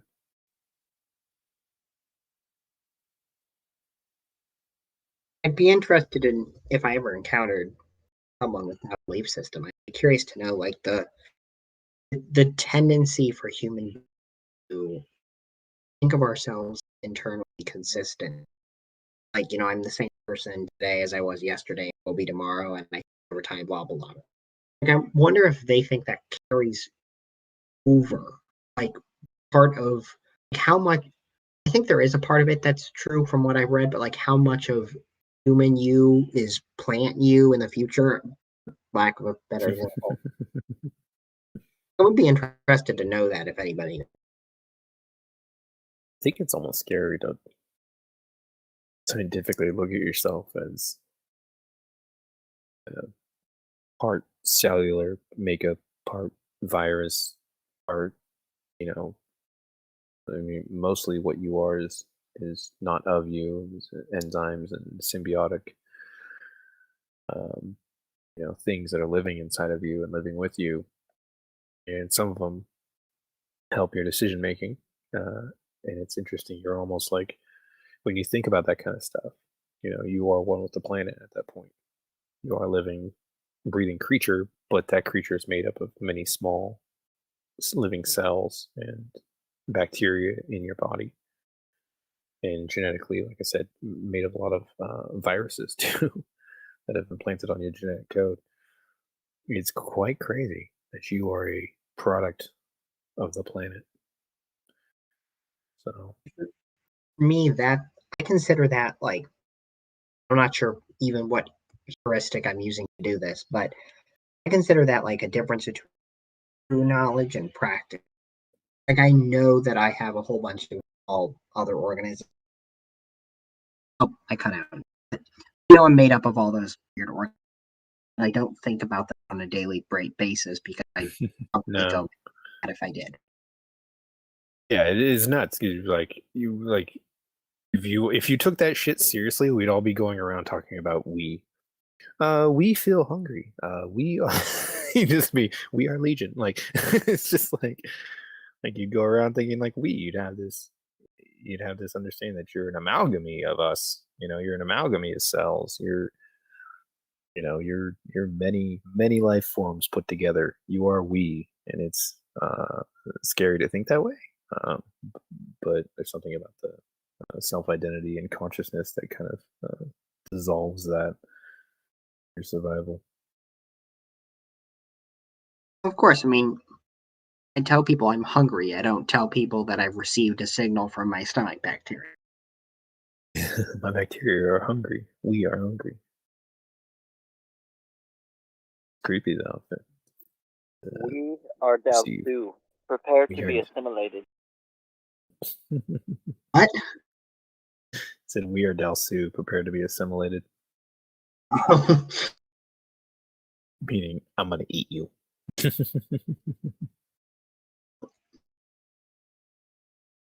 I mean, I think that's a cool thing though about sorry, this is where I get a little secondary, but I think that's one of the cool things about the brain and the way humans are. I don't think we're ever going to get to that point. I don't think we're ever going to outgrow our tendency to say, I am a self person. I am one unit. I'm who I am. I'll refer to myself in that manner. Like as we know more and more, I mean, we could figure out the entirety of how humans function. We could understand what consciousness is, and we're still going to say, "I'm hungry." Like we have some kind of innate ability to disregard that knowledge for everyday.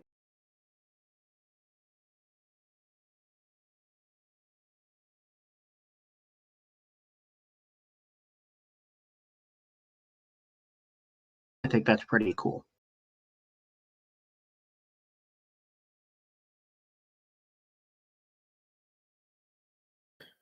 Interesting being born into oneself. Mm-hmm. Well, that's how we think of it too, as being born into ourselves. But I mean, who knows if that's really a accurate way of stating it? Probably isn't, as far as I know.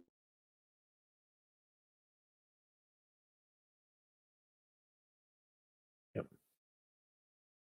Hell, I, for all I know, I could be absorbed into Down Su later. I appreciate he gives me some warning, but oh well. Right. Prepare. Who prepares? Come on. Like hell. How about you guys, Bruce, Dal? Any thoughts? Want to jump in here? An incarnation? Or any of it? I mean, we've Oh. just been kind of bouncing around the nature of Oh. being at this point. Mhm. Yeah.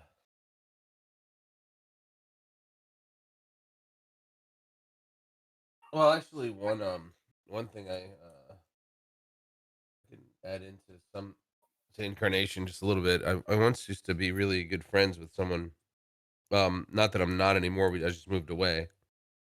We talk a lot, and he was an Orthodox Jew, and I would ask him a lot. I was like, what is your purpose? As far as like your eschatology is concerned. Eschatology is like a fancy theological word for end times. Or so what is it? What happens with, what are you looking to do in your life? And their belief was that until they live their perfect life, they'll continue to come back. And so like for them, being born and then dying immediately, like a baby or something, might be the best life, or living perfectly. So, because in the Christian worldview, that's weird. So I was just sort of like, what do you guys, what is the end? And that is not a commonly held belief among all Orthodox. Some of them follow this sort of teaching of that if once you live the proper life, then you'll favor, um, which is really impossible as my understanding goes. But, How? that's their, and I was like, well, that's wild. So, and anyway, I just wanted to throw that in there for What's context. heaven like in your view, Bruce? What do you mean, like specifically? I don't see any. I don't. I don't see any characteristics of heaven. Like people are like, "What's the I'm wondering character?" Yeah. What you mean. Is What's it like what is it like physically like, or what is it not like? Yeah? What's your understanding of it as what's its properties? What's its character? What can it do? What can it not do in your worldview? Because I know you're religious and you believe in a Oh, I heaven, see. right? So I mean, it would be, um, well, our bodies would be restored to the perfect state when we're in heaven. Um, we would be uh on a plane of existence that's not really understood right now, as far as I would see. We can't truly understand or see any images of what that would be like because we couldn't um understand it, because of our, the way we were created as human beings don't have the ability to see God or any heaven. So, um, there's that, and then there's the sort of, I guess, connection between the physical and spiritual that will, become one. But I mean, as far as heaven itself, the place, I would just say it's, there are some people that take Revelation literally and others that do not. Um, I would take it as, not literally. So I would say it's probably just a glorious state that we can't really understand. That's pretty much it. It's hard to define or to even imagine. I don't think it's possible for people to truly imagine. No wonder it takes faith. But it's attempted to be described in multiple ways, but you know, I don't know. There's a whole set of beliefs around that because it's pretty cryptic in its description. It is. It is cryptic. It's heaven, right? It's the ultimate. It's become such a used term now of like whatever the best state of being to you individually is. Right. And that just seems like, I mean, in my opinion, it seems like bullshit. But there's obviously a road to Damascus, appearance. I think that it's not that hard for God to define it, but maybe devil's advocate Christian in me would say it's not up for you to understand. It's up for you to simply have faith in, which is what the religion requires. It's just 100% faith. There's no properties of God. There's faith to believe in it exists. No properties of heaven. Just faith to believe that it exists. And so it is hard, but everyone imagines, St. Paul and the pearly gates. And that's just then after that, it's like whatever. And then something happens where I'm happy. Okay. Yeah, that's just sort of a, platitude. Very much People so. throw out I there. agree. Does it, something about Pascal's wager, I think, has negative consequences. Something about believing in a heaven, I think, has negative consequences on the here and now. What do you think? I don't know. It depends on what you mean. I would say I could see it in both directions. Like a zealot nature. I even think zealots can be depending on their bend, would be preferable to nihilistic, I suppose. If you're going to take the extreme, having a higher order, I think is required for most people.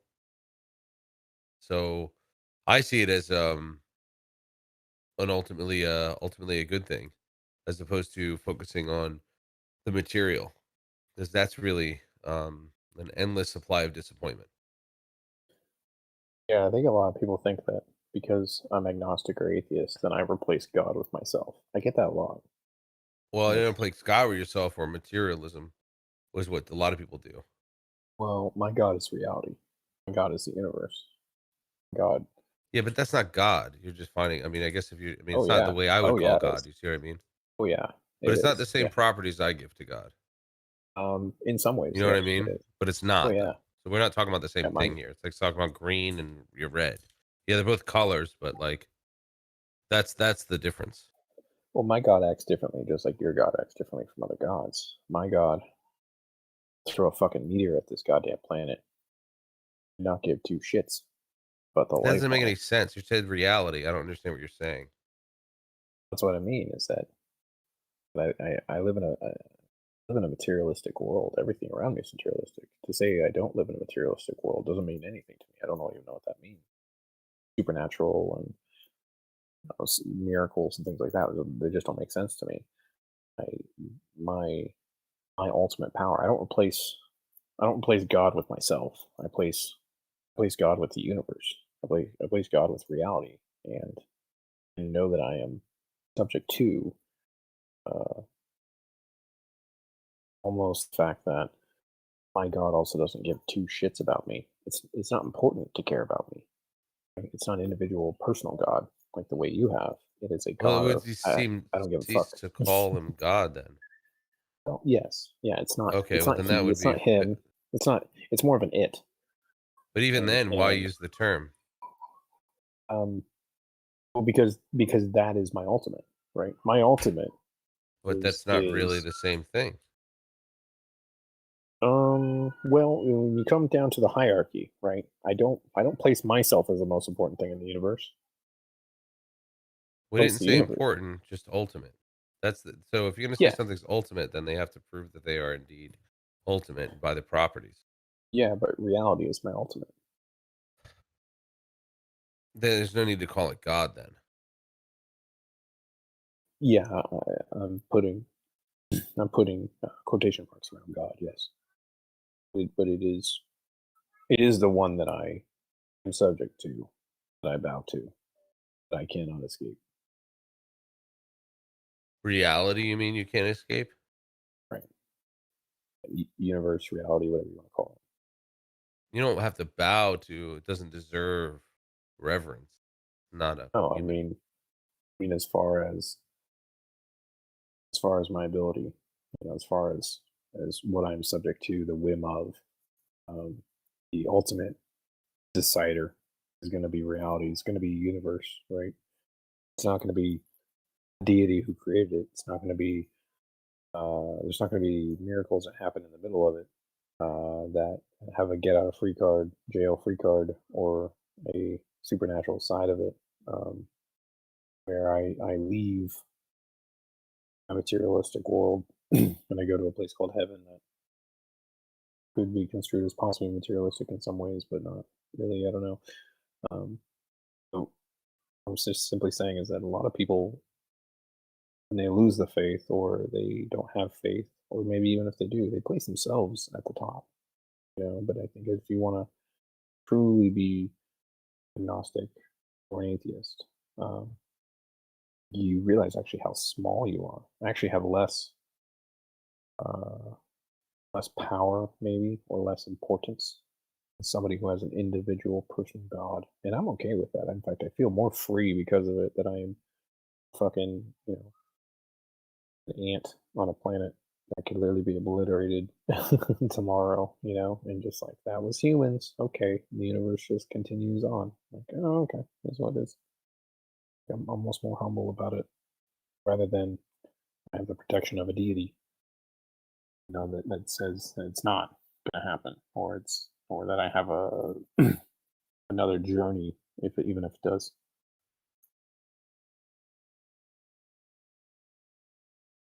Interesting worldviews.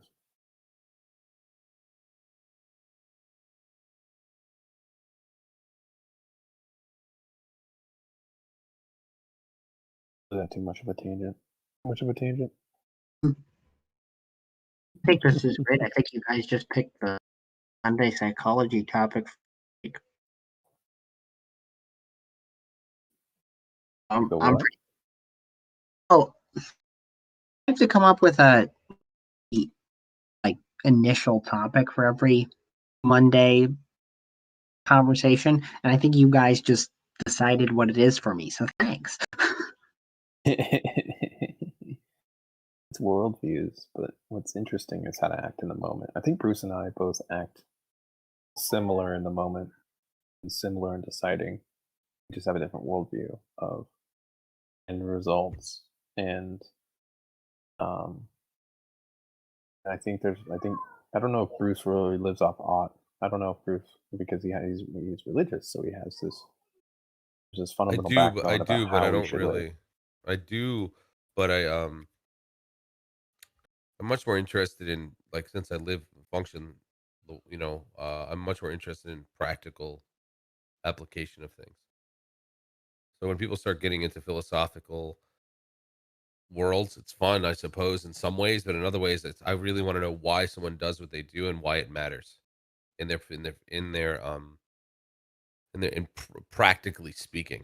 That's how I usually work, which makes me a pretty, I think, wacky philosopher because I'm not necessarily interested in the mind pretzels, and I want to know how rubber meets the road, like I always say. Let me know your real motivations when you're talking like this. That's what I want to know, because then I know how to operate with you or with anyone else that has the claims. So Motivation and claims are different. I think. No, they're. I mean, I think they are fun. They are totally linked. Oh, so if I say my motivation is my family, I claim that I don't see evidence for God. How are those related? Well, I am saying that if your motivation is your family, then when your claims made somehow infect the way that you operate. So otherwise, you're making a claim just for the sake of making it. It doesn't actually mean anything to you. Just if a God existed in my life, and versus me now, where God doesn't, just don't see a change in what I'm doing. Does that make sense? I mean, I suppose in some cases that's true, in other cases it's not. But that's the argument that Calvin makes all the time, is that those who don't see that never were, which is why that claim is made.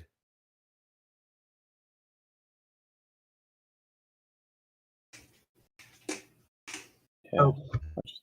So it's the difference between those who, in your case, choose to just stop believing, and in my worldview, or I should say theological view, is that it's not possible, because that would make God cease to be who he is.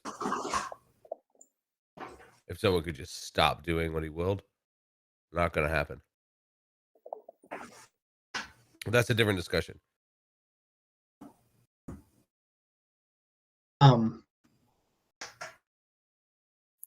This is a bit of a tangent. If I can Yep. ask you, Bruce, if in your view, I'm going to say this horribly, just like does the human mind require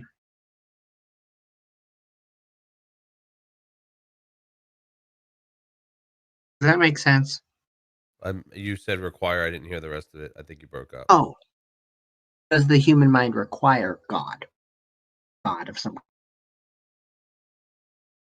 Well, sure. I mean, the mind exists without it, I suppose. I'm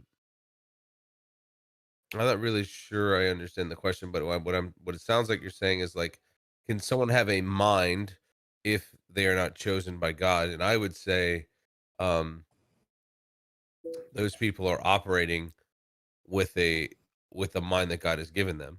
Um, so I guess yes, it requires creation. Yes. So I'll just say Okay. yes.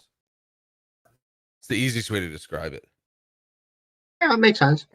Or to answer it, I guess. But there's something more interesting. That's a really good question. As far as determinism, or at least not determinism, but predestination and or uh total total depravity is concerned. So I like it. I don't know if it's been answered before, but I think it's a good question.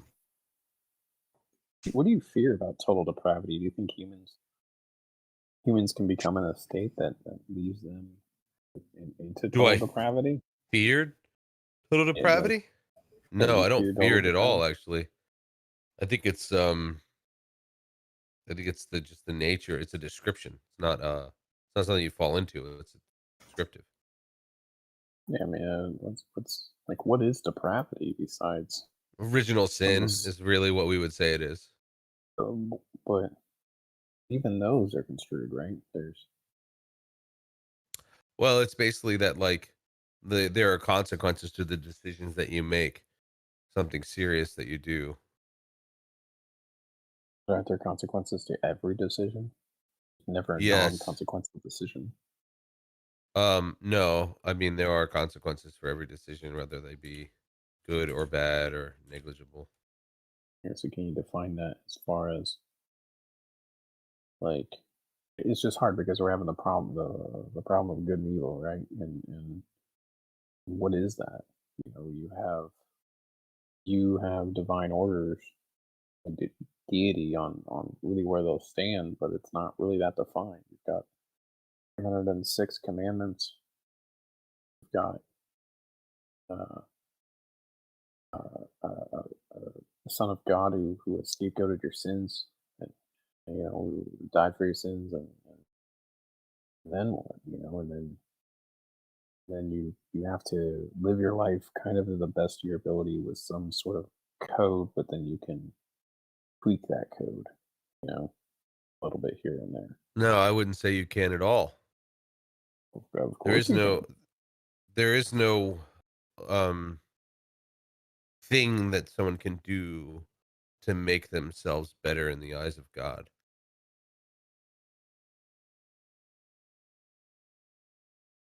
Well, I mean, the commandments are up to the interpretation. No, they're not. And even if they are up to interpretation, it doesn't matter whether or not your interpretation is correct or not. It's not up to you. And what's the point of having See, it? it's kind of like if you said, well, there's a law, I'm going to interpret it. Well, whether or not you broke that law or not is determined by the judge. Yeah, but the judge isn't present. Unfortunately, the judge is not present. Doesn't matter. You can't claim ignorance if you're going to say your interpretation was off. The judge will still damn you to a sentence. Oh, That's the theological bend that I take. Not everyone has that. That's a different, but I believe that's correct. If you're going to give God all of these properties of sovereign nature, then give it its due. Otherwise, don't make the claim. well, I mean, to me, Not you. I meant like people. yeah, no, I understand.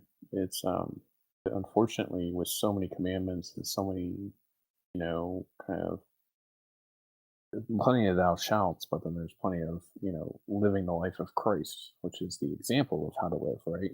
And in that context, you you don't really have a sense of always doing the right thing. You're I don't you really are understand what you're saying. well, unfortunately, to walk the path of Jesus and to follow the commandments, um, especially with so many. Like I said, it's not just 10. Um, There's 10 the is like the Mosaic law in populace. the Old Covenant. Yes. Yeah, and to Jesus's term, forgive me, I can't remember the passage. Isaiah, I want to know. Job, I think. He said when asked, "Hey, is the are all the old commandments? Are they still valid?" He said, "Yes, yes. Yeah, the Ten Not one jot, Commandments. yeah, not one jot or one tittle is removed um, of Yep. all the commandments." And so nobody lives by that. Nobody lives like that. Nobody That's lives why in the path of everyone Christ. sins. And yeah. So Mm-hmm. now there's a system, designed and developed where a status that nobody can live to, so everyone shall be judged. That's just a hard pill to swallow, man. They're a really hard pill to I swallow. mean, the reason why I swallow it is that I don't have any quarrel with the ultimate judge. That's how I swallow it. Neither do I. It's kind of But like what you were saying earlier. You're subjected to reality. If a comet comes and kills you, that's it. What are you going to say to but the comet? well, nothing, nothing, Right. because the comet You the can't. comet is no, you can't, right? And And I so can't say anything to God to change His will. right, and but the problem is that we have a history of comets being made up by man, I and don't so understand what now you we mean. Comets being made up by man? I'm joking, but God's being made up by man. And so then I have to look at that and go, That's well, what's fine. the You can odd? be discerning. Sure. Yeah, what's the odds of a new set of laws? Given the nature of how young the religion is, a new set of laws to guide man to where it needs to be, and yet we have a consistent history of creating gods, and um, and so then it just becomes evidence at this point. I That just is struggle with correct. that. That's one of I'm just, the larger issues that God was commanding folks to stop doing, of creating gods.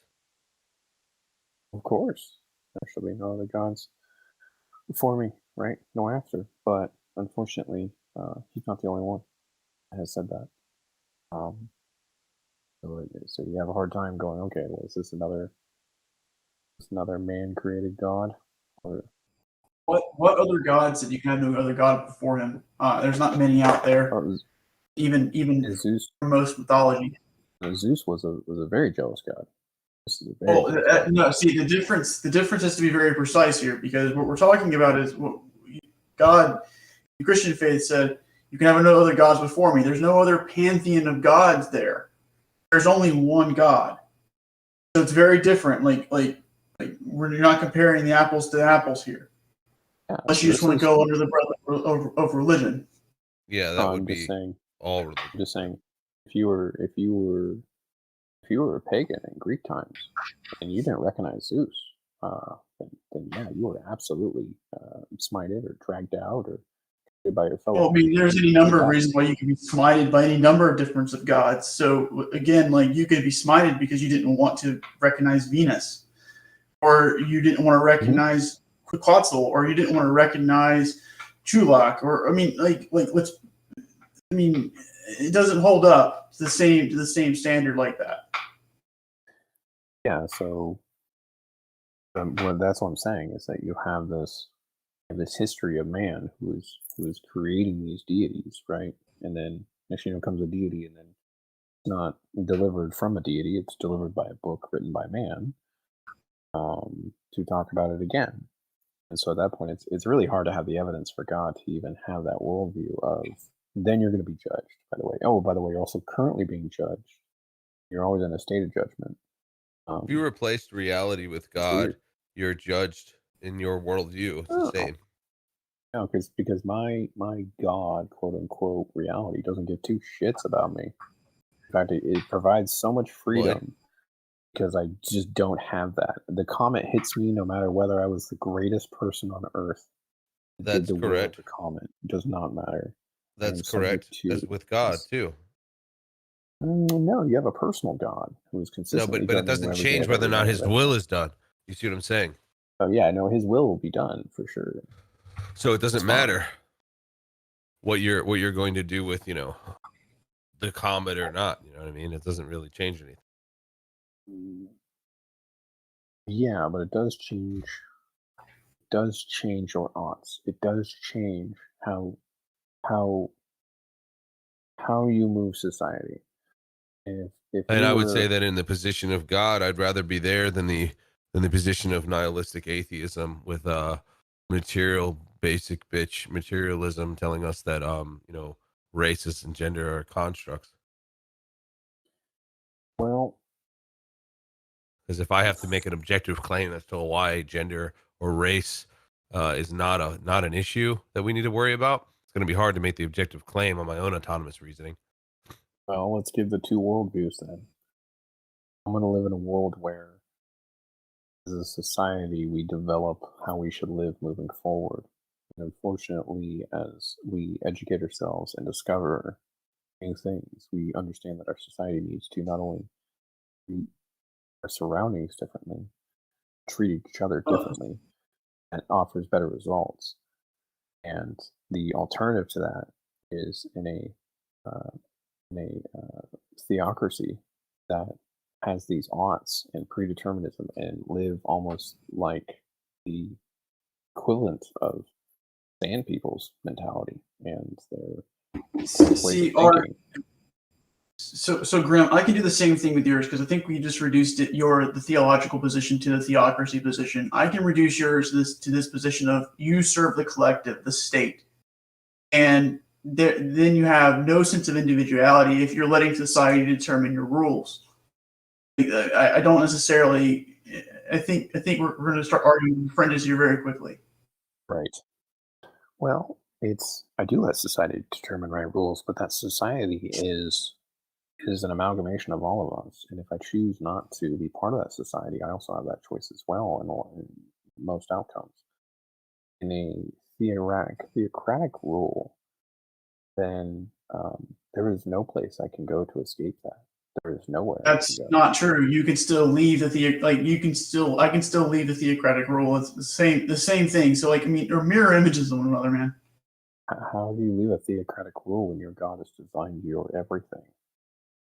I can choose to live away from him, to sin or something like that. Like I can live apart from him. That's what it means to be in that state of depravity. To take from Bruce a little bit. Right, because if that weren't the case, then you would just be destroyed. No, because then you will be judged and you will go to hell. Well, that's going to happen either way, living there or not. You're going to be judged in the other viewpoint. Like that. That's what's. I think this entire conversation is slightly frustrating because we're arguing with mirrors here. I mean, like you just pick your judgment. I mean, pick your God or pick what you align yourself to. It's the same concepts. That's the exact same concepts. Yeah, the only difference is when someone thinks they can swallow it better when it's called a democracy, but they're not really. It's not just that. It's true freedom knowing I don't have. I'm subject to man. I'm not subject to a deity. That I know of, right? And what's if I do better? Find out that I am subject, what's better? In my opinion, right now, what's better is I'm subject to myself. I love humans. Humans have done amazing things. I'm humble for what humans have done, and I can either follow them or I cannot follow them. I have that ability. I can't escape a deity, unfortunately. And if I had proof of one that existed, it's not that I would reject it. I would try to understand it better and try to say, okay, well, now these are the circumstances, right? But unfortunately, we have, like I said, this poisoning of the well of the many humans that have created deities over. And now I don't believe, some deity, which I can't convince most of the world that he exists, decided to contact us in such a ignorant way. And, you do the exact same thing on multiple levels. You mean you could be ignorant of how to communicate to somebody else. I mean, even in your own viewpoint here, I mean, I could think of multiple little flaws here and there. I mean, regardless of whether or not you find that existence useful, I mean, that's fair. Cool. I'm ignorant, yes, but I'm not a deity, so. But you make yourself out to be one, though. Like that's the thing. Like you're going to make yourself out to be one, if especially if people don't agree with you. Actually, you'll subject yourself to society versus standing up for who you would be. If that's the case. No, part of who I am contributes to society. It doesn't mean I agree with society and everything they deal with. And not only that, I do have a vote on how to change society. And I don't know what you mean by I think of myself as a deity. What do you mean by that? Well, I mean, you're replacing the world. Like, so if that's the case, then you're holding yourself to the highest value unless you're subjecting yourself to someone else. No, I'm subject to the universe, which doesn't give two shits about so the universe is the God then. So that's the thing. Yes. Okay. Yeah, my universe is my. Can you prove the universe? Yes. Well, how can you prove it? How can I prove the universe? Yeah. Very easily. Well, I mean, how? I mean, it seems like you can call it the universe, but what is it? It's many things. Yeah, but but we're going to get into a definitional game as far as God is concerned as well, and we're going to be in the same problem. Yeah, my deity has properties. I don't believe your deity does, but I think my deity. Well, we both make the claims that they do. It's difficult to have evidence. I mean, even if you were to say universe, that's just all that you experience and see. Well, I don't necessarily trust your senses any more than my own. You know what I mean? That's fine, but we can go off presupposition all day long. It's great, but we both have the same presupposition that the universe exists. Would you deny that the universe exists? No, I don't deny that it exists, but the universe exists because of my objective truth, foundationally, and in what would be considered. That's fine. You can presuppose that, like I can presuppose the Big Bang. It doesn't matter. The point is that it still exists. It still is as of right now. So that's how I can prove it, is because we're on that same plane of saying, well, yeah, the universe exists. We're at no matter if we're bringing it to or whether how would you created it or whatever it may be. Yeah, but how do you justify what is? Like you have to perceive it, right? Of course. Well, how do you perceive the universe without being omnipotent? It's my senses. Or omniscient. With basic senses that are. But you have to understand that's your basic senses are just observing a subset of the universe, not the universe as a whole. So you can't be omniscient. Sure. So then you Well, just have to it's my presuppose the thing. universe, right? Correct. Yes. Oh, okay. Well, as long as we can understand that. I just Well, want to just make as sure that much that's as what you you're do. saying. You presuppose too, do you not? Yeah, but Well- I'm presupposing justifiably. You're presupposing something that's based on your senses. You know what I mean? Well, you're using your senses to presuppose the universe, and arguably they're about the same senses as I have with our ears and our eyes and our brains and our knowledge of living. Yeah, So but what I'm it's pretty saying, much the thing. same way that you would argue against my presupposition, I would use the same argument on yours. You know what I'm saying? Well, I have evidence for the universe that you agree is perfectly standard as to your self-evidence, but I see no evidence for a deity. No, that's another presupposition that I just can't go with, just as much as there's a Replace Big presupposition Bang for. replace Big Bang that you haven't observed with God, and what's the difference? Well, I have evidence for a Big Bang. I don't have evidence for a God. In fact, I You, have know, you plenty haven't of observed the evidence. Big Bang. I don't need to observe the Big Bang. It's called Observe God. I see deduction. the effects of it, right? Yeah, we use deductive arguments to find out what is, and unfortunately, the deductive argument, Yahweh has not been proved to be the case. Neither has the Big Bang. Yeah, that's actually the leading theory, moreover, than Yahweh. It's a theory, though. It's not proved. You're still standing on what would be considered a theoretical, non-observed idea. Yes, but your God is still a hypothesis. But even so, Yeah, so we hold theories better than hypothesis because theories well, that's can just a actually have man-made sense grounding. perception, right? Well, no, because it's actually used some predictive powers on how we can actually proceed forward.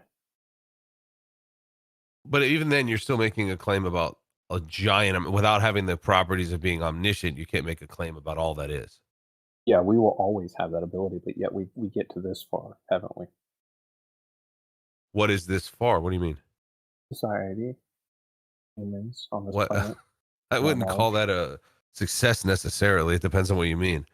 Well, I would. I'd say it's a great success. I believe in our fellow people and what we've created around us. They've been able to give us the ability to laugh and love and enjoy each other's company on a scale that we've never known. What? Who did that? Society, humans. Do you think that's never occurred before? I don't know if it's ever occurred before, but I know it is. I think it's a priori. I think, The ability to do such things. well, yeah, I mean, it's not only what has created kind of the most amazing thing I've ever seen. You know, the best art and the best kind of life, and I'm biased in this opinion, of course. But at the same time, kind of reeling things back, my presuppositions have led me to that case. If I don't presuppose, if I presuppose something in a hypothesis nature, then I am running into a lot of errors and issues. And if I propose another god or another deity, which are clearly man-made, right? Like I'm you're as much as an atheist as I am. I just went one more than you did, and so it is that side where I'm just like I can't.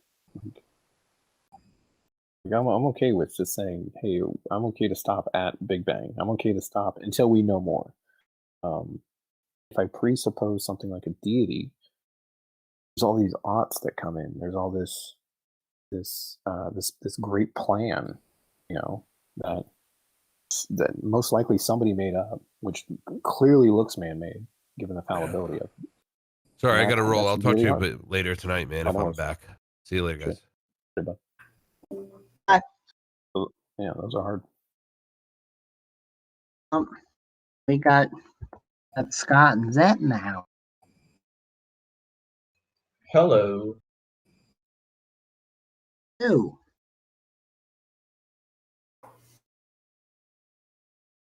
To jump in the conversation anywhere you guys want. Somehow we got on the topic of religion. I don't remember how. And James, Graham, and Bruce were having a go, so let it fly. Yeah, I used to be Christian, man.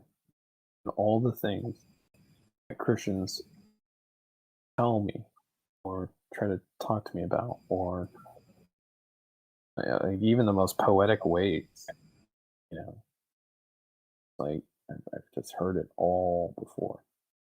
And I used to believe the same thing. And what made me fall more into agnostic and atheist lifestyle is because I had to research so much, do so much searching, read my Bible, and just fell apart, man. Really fell apart. You know, the more and more you see this created by man, it's like it's just clear to me. So That's fair.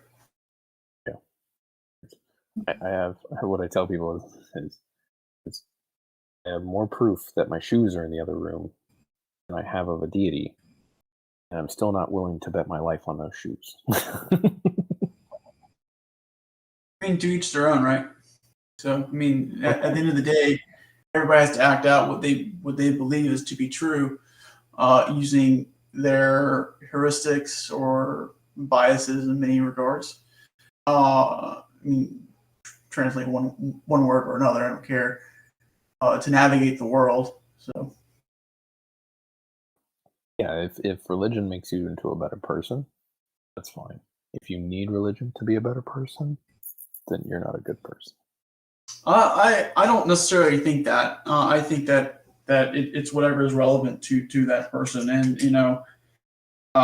just to reduce someone that way, I don't think it's appropriate. I believe if religion makes you less of a rational and reasonable man, I don't care if you do good things because the religion is telling you, because the foundation of your like good behaviors is already kind of fabricated and really not that goodly founded. I would always prefer a more rational, reasonable person who doesn't have any religion. Well, Zet, how do you define rationality then? Someone who has basic understanding, good, robust foundation of acquiring knowledge, understanding knowledge, and also reasoning when it comes to knowledge. Okay, so I mean, I guess I'll bite on that one, but I don't see how that makes someone. You can have all those things and still be religious. You can still have all those things and believe in a deity and live a great life and a meaningful life. Well, That's why I precisely said if religion makes you less rational, less reasonable person, but you still do good things, I still don't like it.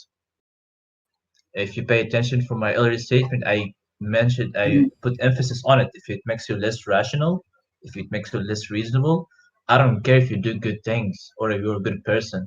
Because who fucking knows? Because if you're not using your mind, you could literally do something evil later on.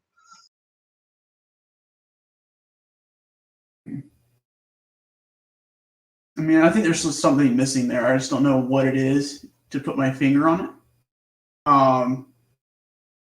Because I think you have to look at some people as like they're acting out the best that they know at some level, right? And so if you impose your own views of reason and rationality onto others, then doesn't that make you irrational? Because you don't understand, you may not understand that they are actually picking up what you're putting down. No, it doesn't work this way. Subjectivity has very little to do when it comes to rationality and understanding knowledge and acquiring knowledge. Yeah, it does. It has a little bit to do with it because it deals with relevancy, and relevancy is inherently kind of subjective. Well, if you understand about relevancy, then this is sufficient enough for you. If you, as a religious person who understand this concept, you would know that maybe people from different area, different things would act differently, and you should not harm them. But for a religious person to not understand those concepts like you do, it would be a problem. Because I think you're speaking about a religious person who has some type of knowledge like you do. But if a religious person doesn't understand relevancy, doesn't understand epistemological foundation or logic, or like the basic laws of logic that we somehow intuitively like work on, but somehow we have this cognitive dissonance where we basically believe two things differently, or we contradict ourselves because there's some emotional imperative, or just because the religion is telling us to do so. This is where it becomes problematic. This is where it becomes dogma is playing a big part in this play.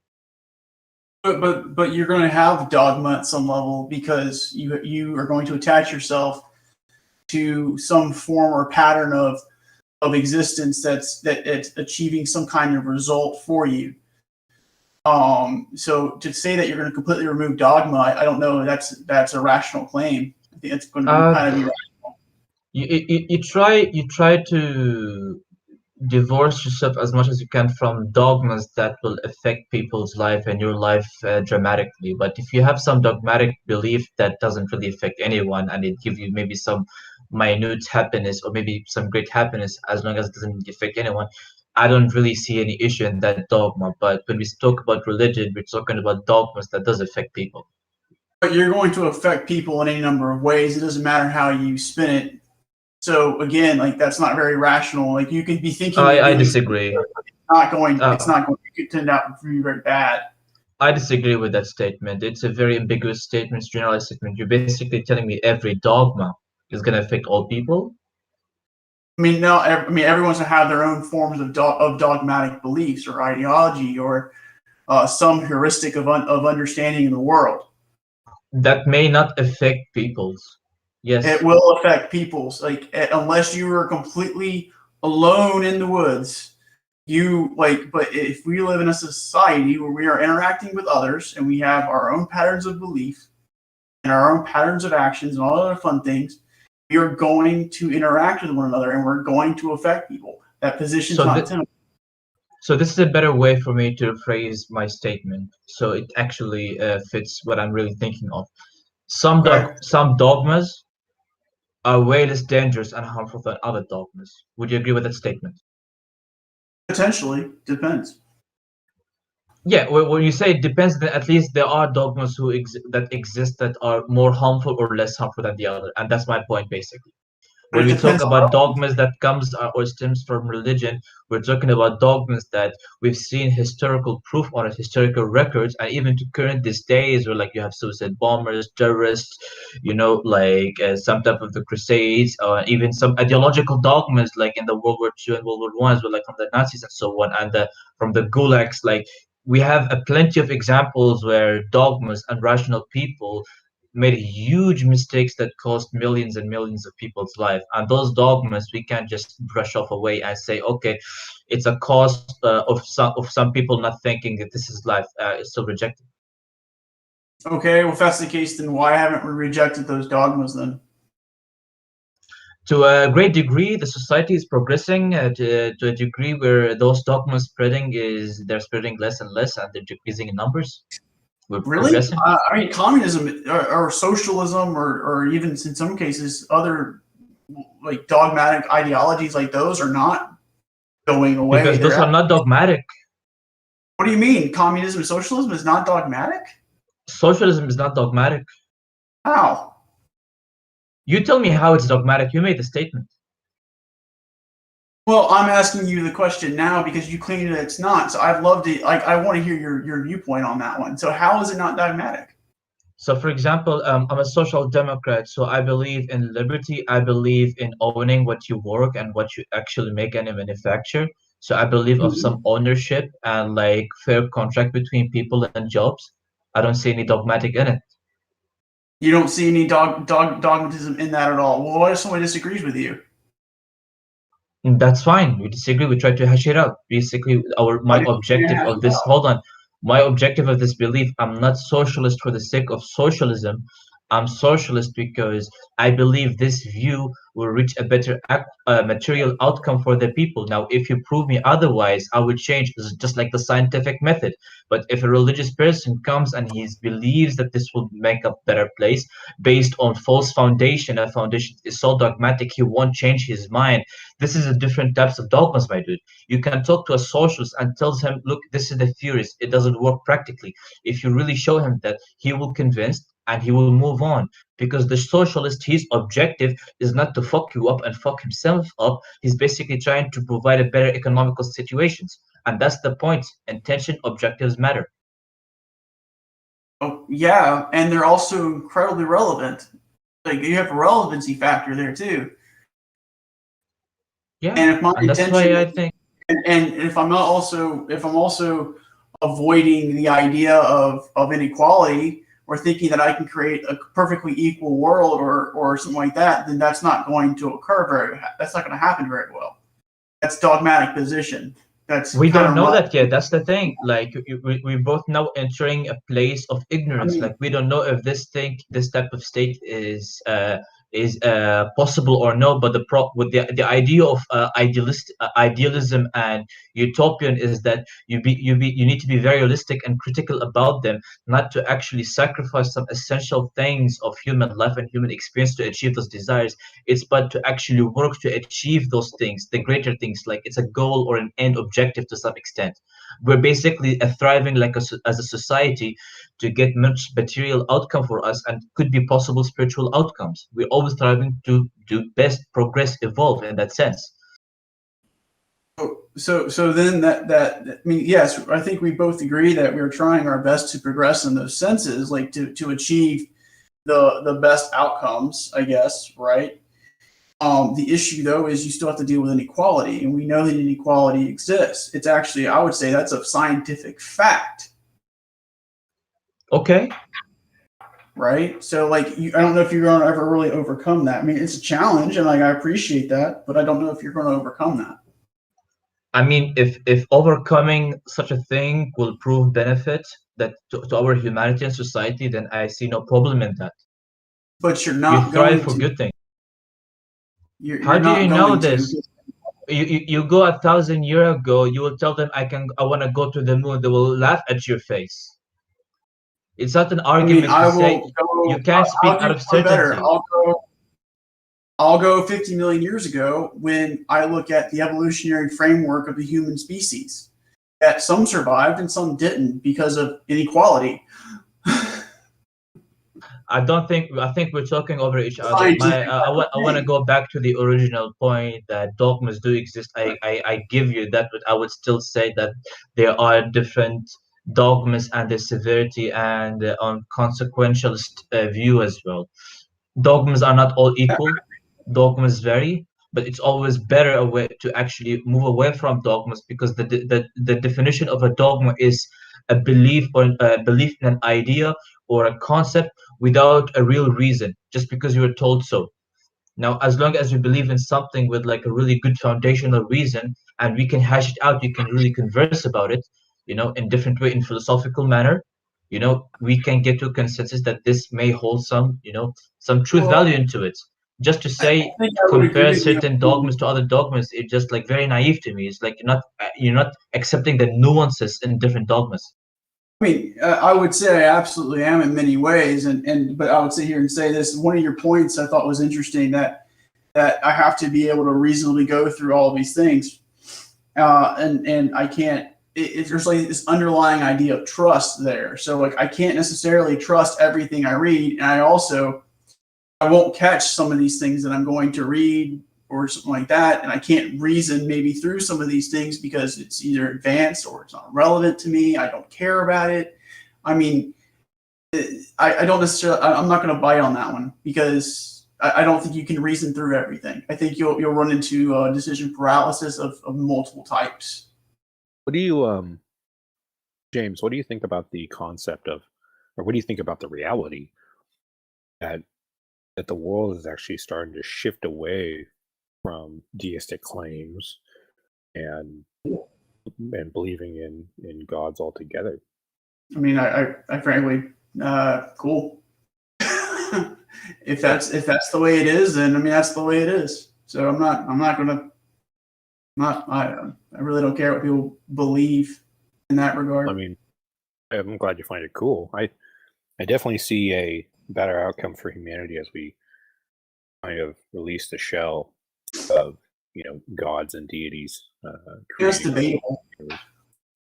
I mean, that's Well- debatable in more ways than one. That I don't think that us in time and space are going to be able to be prophets of that future.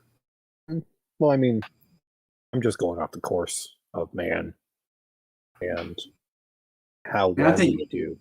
without. I mean, I would sit here and say religion is an important integral part of our species. Now the question is it what's it subordinated to?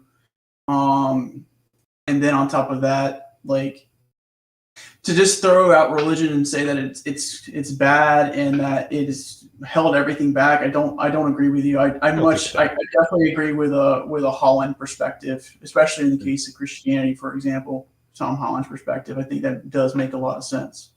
Which is what? Tom Holland wrote Dominion, which talks about Christianity's impact on the West. And he pretty much lists some pretty interesting, let's say, some very interesting contributions that Christianity has made in multiple fields, and kind of attacks some of the typical lines of thinking that Christianity calls the Dark Ages, for example. That's not true. Christianity provided a framework that, I mean, if you want to take it's man-made, and I think you can, right? I mean, Christianity is a response to Rome. And Rome is completely different. So there's multiple ways to look at Christianity. So I'm of the sense that I don't. No. I agree with you. I hold on, but we need to look at this thing like very carefully, because like also Christianity like what do you call it? Prolonged the Dark Ages in Europe as well, and you guys had to also get some influence like from the Middle East, like from different types of philosophies. But the point as well, like even in a lot of like the popes in the Christian and the Catholic Church, some of them were actually somehow philosophers as well. The one that who actually discovered the heliocentric model to some extent, as well as one of those like Christian dudes. What I'm saying is, think about it as a human progress. Don't think of Christianity as a thing that is true as a narrative, as it came from some type of deity and God. Like if you really think of it of like a human creativity and human and milking the understanding to make a piece that is the Bible and educate the people on how we ought to act each other. It worked very well at that time with their own limited understanding. So the thing is, I look at it as a technology. I look Christianity and Islam as a technology, as a thing that people invented, created, either out of necessity or either out of like increasing efficiency and increasing like people, unity or so on. I don't believe that there's some crazy deity, spiritual being that influenced Muhammad or influenced Jesus Christ or even Jesus Christ as a God. So like think about it like from a realistic way, and it will make more sense to you. Okay, so Zach, hang on. I want to address some stuff that's said. So one, if you heard me correctly, just like apparently I did earlier when you said you need to listen to what I said if we take the secular worldview, right? If we take your position, right? I exactly used. I pretty much that's what I did. I said the exact same thing that you did, Zed. Okay, but also I'd also like to point out where there's progress, there's also not progress, and progress is. I mean.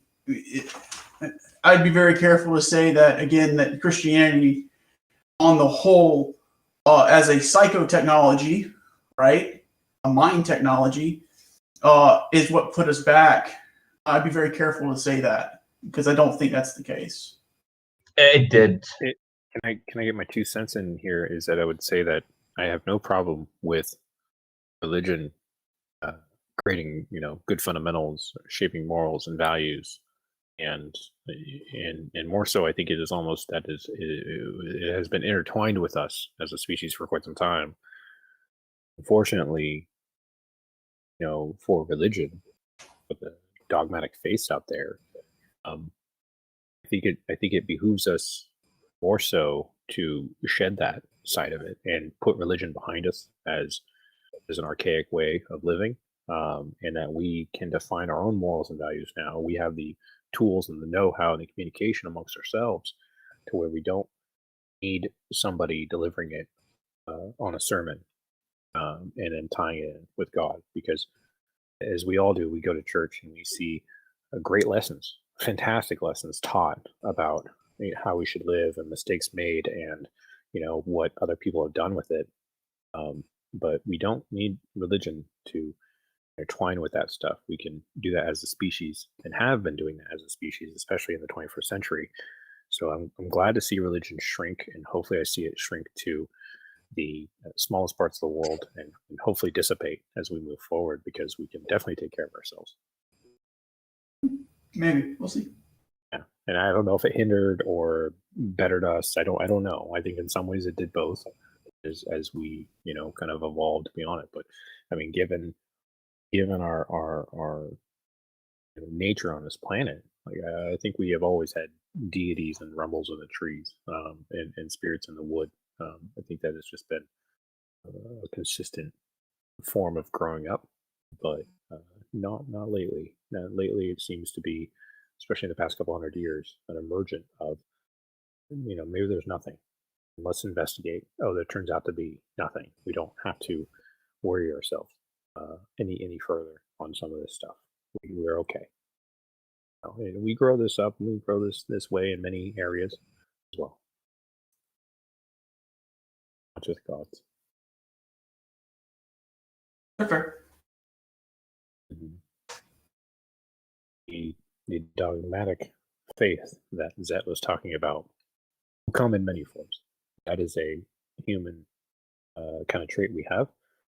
And even if you had no gods on this planet, you would have dogmatic faiths. You have dogmatic faiths for the environment, for the fucking endangered so and so, and for taxes, and for democracy, and for dictatorship as well too. So there's dogmatism in man of every nature, even if you got rid of religion. But sometimes, like, the things I wonder about is that, like, I wouldn't like when someone is having a dogmatic belief.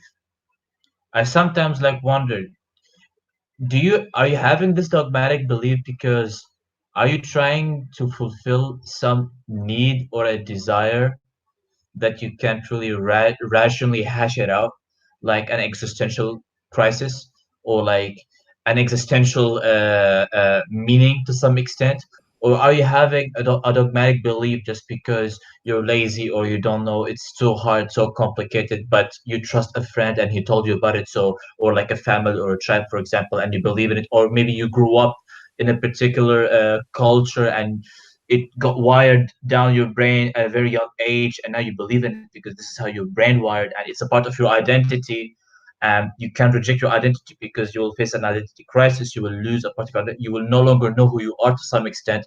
So this is where, like, the importance of like knowing where those dogmatic beliefs emerge from, because I would say, like, the reason why it differs in severity, because it differs in what causes it, and it differs to what consequence this dogmatic belief may actually has an effect on the world and on yourself. Yes, And James. since there are differences, you can't put them all as equal. If I could sum that up, James, when does your karma run over your dogma?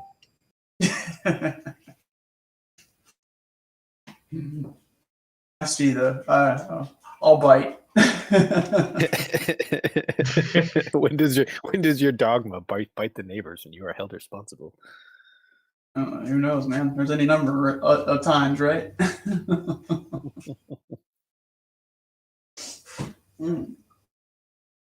mean, I think that's going to be around, and as far as dogmatic beliefs, I mean, we again, like, I think we're kind of talking a little bit, but it is a form of bias at some level, right? It's a heuristic, and if you, for example, if someone listens to this conversation and says religion is completely bad, and then because maybe they've been wronged or something like that, like that's relevant information, right? And so, like, they're going to sit there and create a heuristic and have a bias or overuse a heuristic and have that bias against religion that is potentially ill-founded, because there is definitely probably some useful utility in it in more ways than one. And I mean, I would agree. I think at some level, I think you should arrive, if you do choose to believe in a deity or deities, you should arrive at your own rational conclusion, I guess. And I would hold that person as an agent of rationality, a rational agent. Yeah, and that's fine by me, by the way. Like, if you truly believe in Jesus Christ or Allah or like any other Buddha, and you went there because you studied the philosophy, you agree on some fundamental concepts. But this is the beauty about people like them, because they will tell you, for example, when you talk about something like stoning a girl who used to be a virgin, no longer a virgin, she slept with an unmarried man, he would tell you, man, this shit, fuck it up. Normally what they care about is the spiritual part, the true message, the essence of those deeds, the connection between you and God. This is the fundamental essence of all religion, like your relationship between you and God and the people to some extent. And rational people who arrive at this conclusion will normally be like really good people. This is I have no issue with. But the majority of people, I would say, that are religiously the fanatics as well, they're very dogmatic, and I would most likely would wager on it's because of a part of their identity when they were growing up. This is what they learn. I can get behind most of what you said, and not to poke holes or anything like that. I would just say that I think you can also arrive at the rational stoning position as well. And it's just because that I think you can reason your way to it, and just to kind of play devil's advocate, I don't want to like belabor. Please that. do it. Rationalize it to me, please. Well, I mean, it all depends on what somebody wants. Whatever pieces of information or narrative that they pull together, right? I mean, if we believe that trees are, for example, people, and I want to breathe air for the rest of, I don't want to eat trees or eat anything else, for example. I can come to that rationality, and the reason why I would also cite that too is because you can rationally come to the conclusion that you need to kill millions of people in order to achieve your political end goal. It's the same thing. I understand this type of rationality, and if this is what you mean by rationality, my friend, then let me tell you something. You can rationalize anything. Well, when I'm talking about rationality, I'm talking about the rigorous, good, robust foundation about acquiring epistemology and understanding epistemology. And those two things are not an easy task for you to just rationalize something and come to a conclusion in like 1 hour. This is not rationalizing, in my opinion. This is basically just some mind gymnastic to prove something, to get into something because you believe into it in some magical way that it will justify the ends or it will justify the means as well. It just doesn't cut square to me, honestly. I mean, people can believe it's rational, but it's not rational. It's very I would give the agent the benefit of the doubt that they've arrived at a rational conclusion, because that's the only way that you can actually work with them to understand their position and to maybe help or convince them of a different position. You can't convince them if they're rational. You can't convince them. Okay, listen. That's what maybe it's a little bit like. Hold on, you can't say you give them the benefit of the doubt and they got it rational, and then try to convince them otherwise. Why would you convince them otherwise if you believe they're rational? So, in order to enter into the conversation meaningfully, right? I can't just come up to you, for example, Zet, and say, I'm just using this as an example. I think socialism is the devil because of X, Y, and Z, right? We could sit there and say that, potentially you would sit there and have a conversation back, but in order to really have a engaging conversation with someone, you have to enter in at the same level. And that's like emotional intelligence. You just can't throw facts and logic at people, especially if they're emotional. That's what we mean by rational. Then they're not rational. That's the point I'm making. They may believe they're rational, but they're not really rational. Because we all have emotion. That's what I meant. You don't give them the benefit of the doubt they're rational, because I can clearly see they're not rational. I mean, I'm giving them the benefit of the doubt that they're rational to engage with them. I see. Well, that's fine. Okay, that's different. I thought you meant they're rational as if they believe in that position is rational. I was like, what the fuck? Well, no offense to that, but you're kind of cutting into him a little bit, so it's hard for him to get his full thought out for you to understand. So me or is that? No, it's me. Yeah. Okay. I mean, what I would say is, like, in order to enter in with somebody who believes they're in a fantasy world, you almost have to think that they are rational at some level in order to enter into that fantasy world. And again, like, I have quotation marks going up to enter into the fantasy world with them, right? To understand and kind of begin to undermine that position, Yeah, tactfully, with a high level of emotional intelligence while still remaining genuine. It's not even that's fair undermining. enough. It's Yeah, taking their hand and walking them out the door if they feel the need to investigate. yeah, that's totally And fine. I totally agree. Yeah, that's totally fine. I mean, the thing is, like, I would say, like, all humans are capable of base, rational, logical understanding. It just becomes a little bit obfuscated because either the lack of knowledge or the gap of knowledge, or not so sufficient understanding, but they go to paint their own parts of reality to encompass certain phenomena they haven't understood yet, but they somehow make it look like they understood. Yeah, it's very emotional thing, but yeah, I agree with you. Like, there will always be some base level of rationale that you can converse with, but sometimes it's not the case with some people. Some people, they're lost. They are like beyond the horizon of a black hole. Wow, what a great "Don't cast pearls before swine" quote from the Bible, right? It's written by a man. I mean, Man is I smart. mean, I've spoken to some flat earthers, man, and no amount of rational or logic or even emotional intelligence will change the mind otherwise, because you're no longer debating rationale, you're debating identity. It is quite interesting how the I mean, if the you're gonna wisdom. have just a one-off conversation, yeah, but people don't change their minds off of one-off conversations. They change their minds typically off of a series of conversations. Like, how long do you want? A year? We did a It year. doesn't. 2 years? It We have done could two be an years. entire lifetime. Like, I mean, Brother, it I'm could gonna be give you 5 years. I literally know people who have been talking to each other for fucking 5 years, and some of them are still flat earthers. okay. I mean that, but the point is, it's relationships that change minds. Not, I don't think it's going to be just your straight rational arguments and hour, an hour and a half, 2 hour debates with people. Like, you have to form a relationship with them.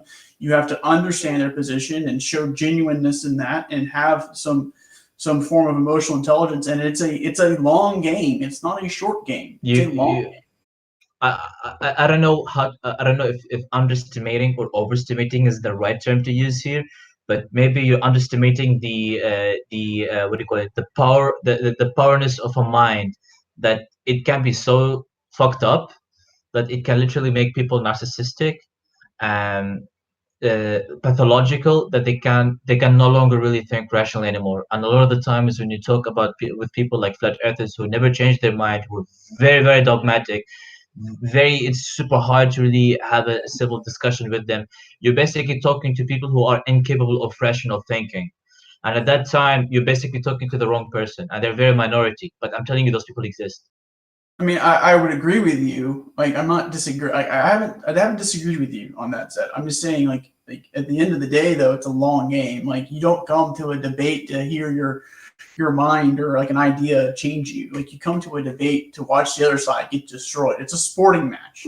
It's not necessarily a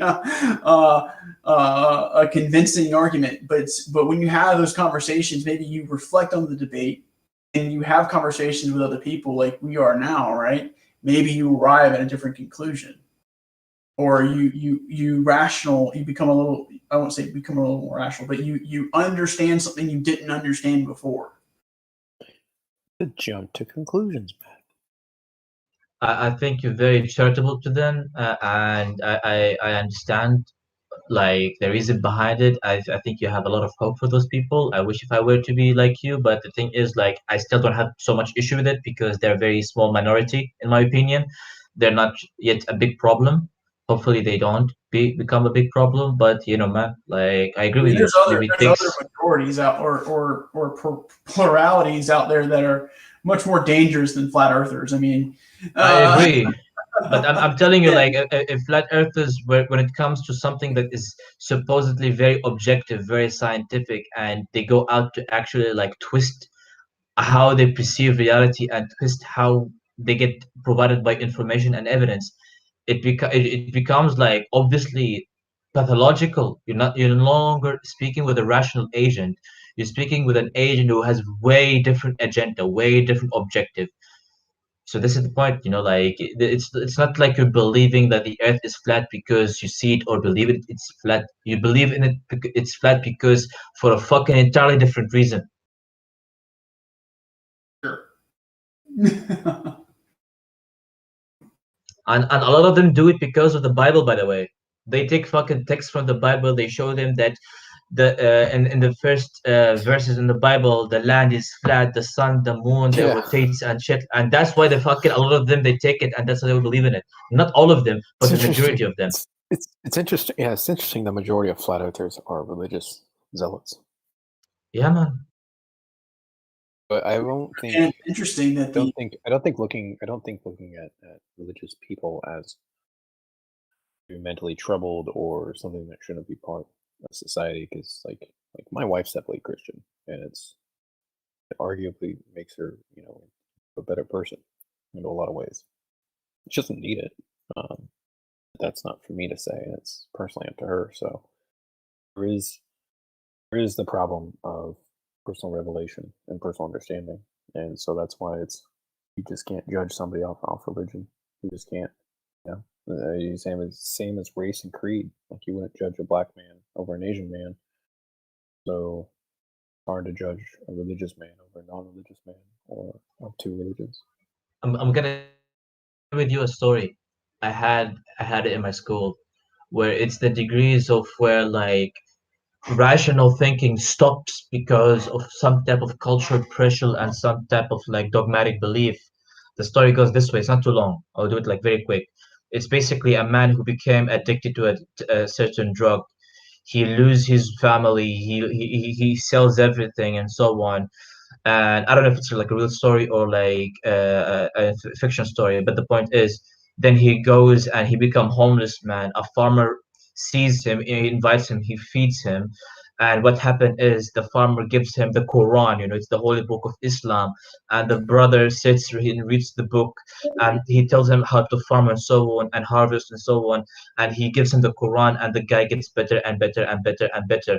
And rather than the farmer taking him to the hospital, he gives him the Quran. So the teacher asks us a question: if you were the farmer, would you take him to the hospital or would you give him the Quran?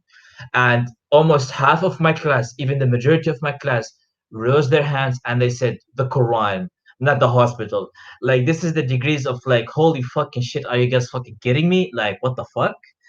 Yeah, that's very anecdotal, and unfortunately, still very taught in some ways of the world.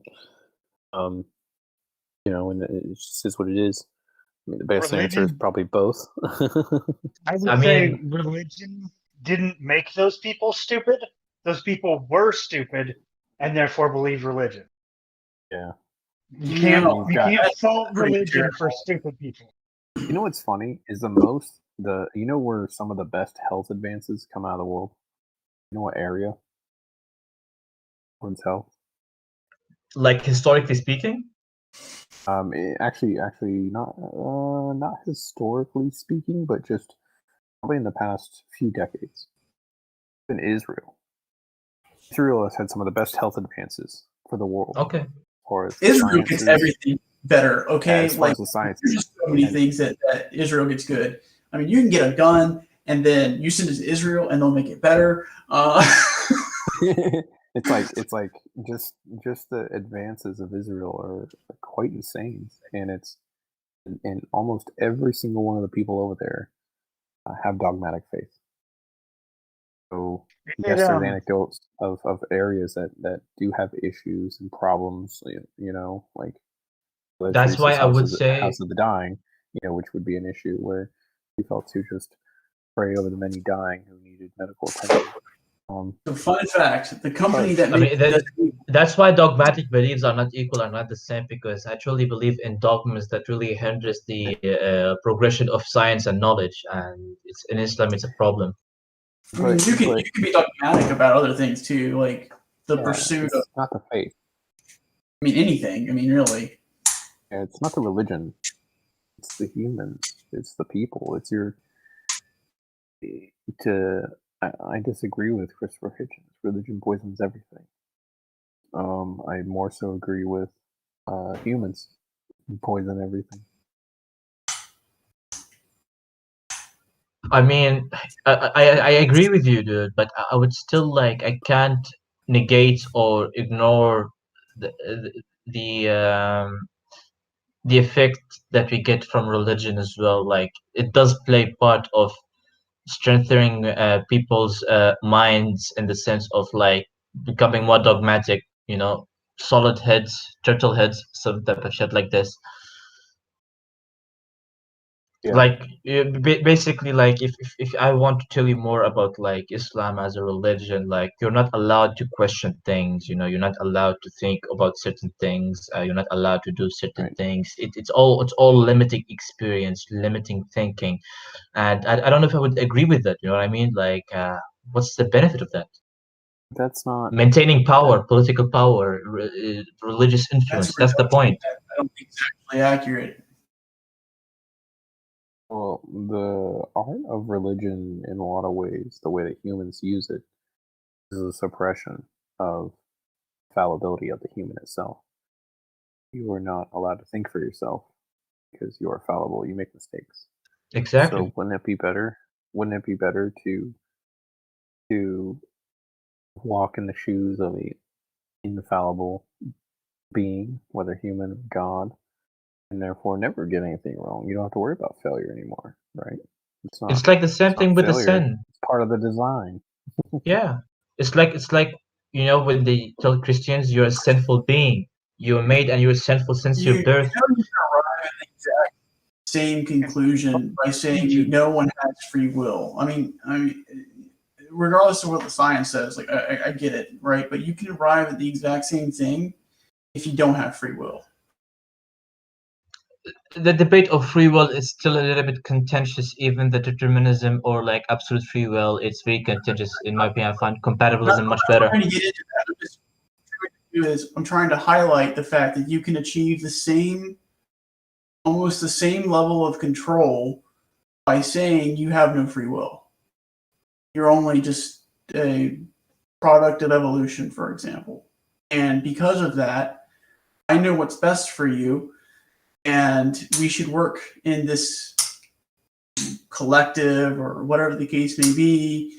I mean, or I'll just put you in a cell for the rest of your life because you have this murderous tendency. I mean, I don't I, know. I Is mean it the thing that like the peculiar thing about our time is that we're actually living through a time of history where basically the advancement of technology and the affordability of education to many people is dramatically increased, dramatically, like exponentially increased. And we've seen philosophers like nobody else literally reading literatures like thousands of years old and making it and synthesizing things left and right. So like we still in the process of learning and acquiring knowledge from past histories and past philosophies and synthesizing them with current sciences and current philosophies. So like I would still say like we need more time to literally grab like good understanding on those like foundational problems, I would say. but you can still arrive to controlling people at any number of ways because, I mean, you can suppress the individual, you can suppress the collective. I mean, there's any number of tools by which you can do that. You can give people a social media scoring and suppress them if no other options are given or whatever the case may be. So, I mean, well, the concept of control. Yes, I'm sure there's some great examples where religion has exactly done that, and I would agree with you. There's a lot of that That's too. why freedom of speech, freedom of expression are a very crucial thing, you know what I But mean? there's a Acquiring lot of knowledge. different ways. There's a lot of things that can be true at the same time, and I think at the end of the day, control is control. What do you mean by a lot of things can be true at the same time? Different things can be true at the same Two time? things can be true at the same time depending on how you build your historical narrative.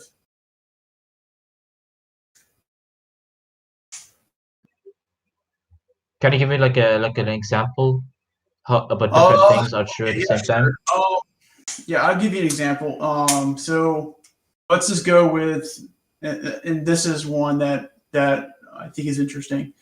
America is founded on Christian values. There's one side, and the other side is America is founded on secular values.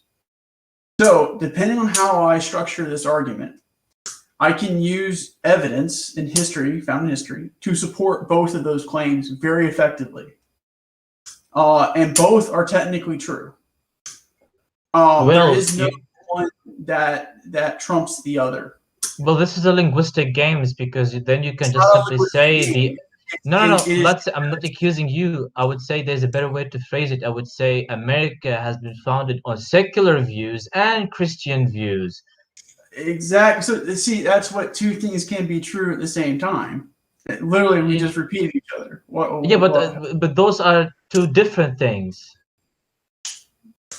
No, they're not. Especially when we talk about religion arguments. But they're not they're not in the sense contradictory to anything. So what? I mean, so the relevancy factor matters there. Yeah, I mean, it's common sense. I would say, like, what the fuck, it's okay, there's nothing crazy about it. I thought you're gonna tell me something that are somehow contradictory, but yet they are true at the same time. I'm sure there's something out there that from maybe from a science perspective, there might be two things that are true at the same time. What is it? You actually, what is it in quantum physics or something like that? And I'm probably going to butcher this, but this is just me playing around here. You mean superposition? I can't measure or something like that without affecting it or something or it's something weird. I don't know. There is no logical contradiction in quantum mechanics at all. Not even the excluded middle. It just like we like when something is in superposition, it's in superposition because we don't know what position it's spinning yet. Okay. Enigma, you wanted to say something? And you don't know all of the points that they're using to reference what is true in their worldview. So you haven't observed all of theirs either. Say that one more time. You came in broken. The truth of like the American secular or Christian is in the superposition until you find out what argument is completely presented. Right? And then one of them collapses to be true. So yes, it is directly analogous to quantum mechanics. No. Oh, no, because two things can still be true at the same time, depending on the evidence that I submit. And That's history. what I just said. That's why you can come up with a lot of different things. For example, I can create a racial immigration complex, whatnot, or I could say capitalism is the issue of all of our woes, or I could say capitalism is the best answer to all of our woes, or the opposite for socialism. It all depends on what you're using. I don't know if history is as robust as a scientific method is concerned. I think it's just like a linguistic thing that we can perceive things as different, yet they're true at the same time. But fundamentally, like they can be true at the same time because one of those contradict the other or like exclusive to the other.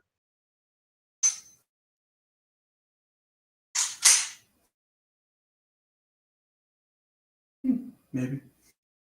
I mean, for example, like you can have secular foundations or secular beliefs that are common with like Christian beliefs, you know what I mean? And you can have different sets of beliefs that they talk about different things, yet they helped a country to be founded upon them, and that's still fine. And you can say that some regions of the country they took more of a Christian way, and some regions of the country they took more of a secular way. You can still say the statement it's actually correct. So it's not like the analogous of quantum mechanics in superposition where it's either this or that until we observe it. You just flipped what quantum mechanics says. Quantum mechanics doesn't say it's which until it's observed, which is what I said. That's what I said. And I'm telling you, it's not the same as what James B said. It's cool. We can move on to the topic. Yeah, I think it's a little bit. I was like, what the fuck, man? Never mind. Good conversation, guys. Great conversation. Hopefully, I don't think anybody's come across as a complete dick. So good job. Hopefully. I feel listened to. Do you feel listened to, Zed? Absolutely. Perfect. I have. We disagree on that. I have only I only sincerely I only have like one worry, is the worry of identity crisis and the crisis of meaning. And the problem is Yes, I that agree with you. it is very possible with this physicalist worldview or this hedonistic worldview, which may not necessarily be bad, but I can at least see the horrific things that can come from it. I would still say like we need some type of conversation to have, or some type of meaning that guarantee human flourishing and well-being in an objective way. Or if it's impossible, at least as many as much as people can, and to be really well-being in like at the end times, I would say. And At the the end. problem, and the reason why I have a problem with it is that I'm seeing a lot of like spiritual people who like reject Christianity and reject Islam, and they have their own fucking religion. They literally made it up while tripping on LSD or smoking some fucking dope and shit, and they're coming with this fucking as is shit. The soul is infinite. You're not a machine. You are a soul. The soul is energy. Energy is everything. Energy is God. And they start talking about this left and right. Subjectivity is all what it is. You make your own reality. The reason why you can't see things because you don't want to see those things. I was like, damn, brother. Like I don't want people to go that direction. Yeah, some of it's a little wacky. Anyway, I mean, Why not?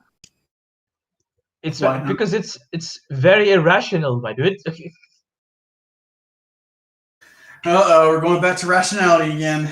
Yeah, man. People are not thinking. You ask them how and why do you know this? They will tell you, because it is, just like you would ask a religious fanatic, why do you believe this? Because God me told so.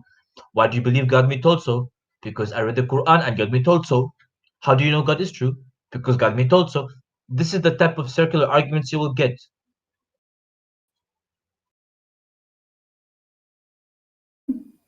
And this is where I would like, man, like good luck. Give me your ID and let me make sure that you stay away from me. Well, gentlemen, I'm going to sign off. It's been great, Zet, going back and forth. Appreciate it. No Um, problem. Same. if you want some really good stuff and kind of my line of questioning concerning rationality and stuff like that, I highly recommend Jonathan Vervaeke's Awakening from the Meaning Crisis. He has a really good look. He's a cognitive scientist, and he kind of lays out some stuff pretty quick. So that is Awakening from the Meaning Crisis. I highly recommend it. You'll like it. Cool. I would love if you can actually text me the book and the author or just his name, and I will look It's up a his work. it's a video series on YouTube. So yeah, I'll send you a message here in a moment. But Sure thing. I'm going to sign off here in a second. What are you gonna sign off, man? You're just gonna leave, dude. Don't make it so dramatic. Signing off. All right. See you guys later. Bye. See ya, man.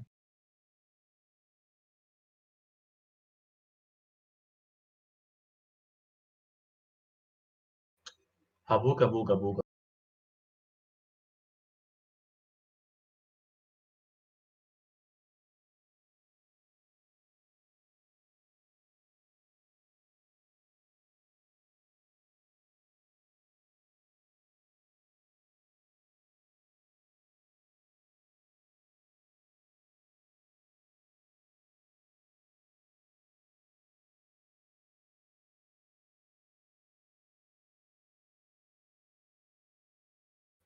Why is modern day science viewed as rational, where anything that hasn't yet been explained is considered less rational, considering the newness of modern day science with ancient wisdom?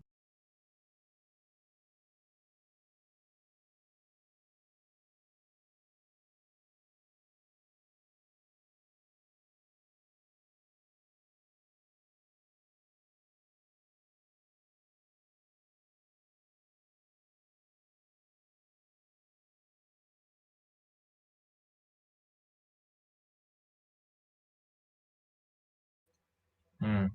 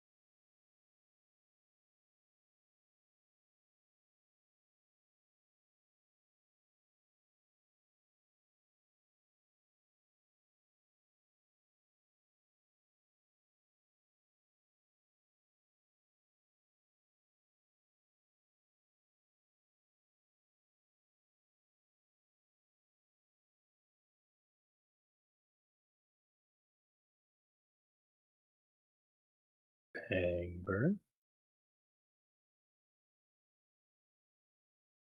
Did you forget you were alive?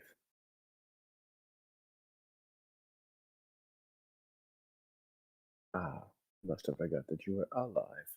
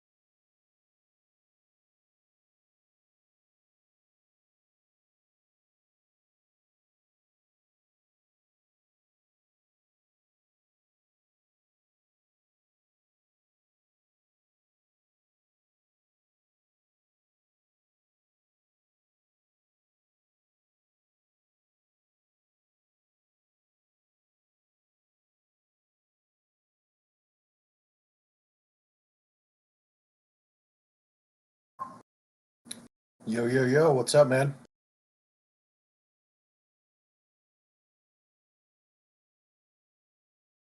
Jorama?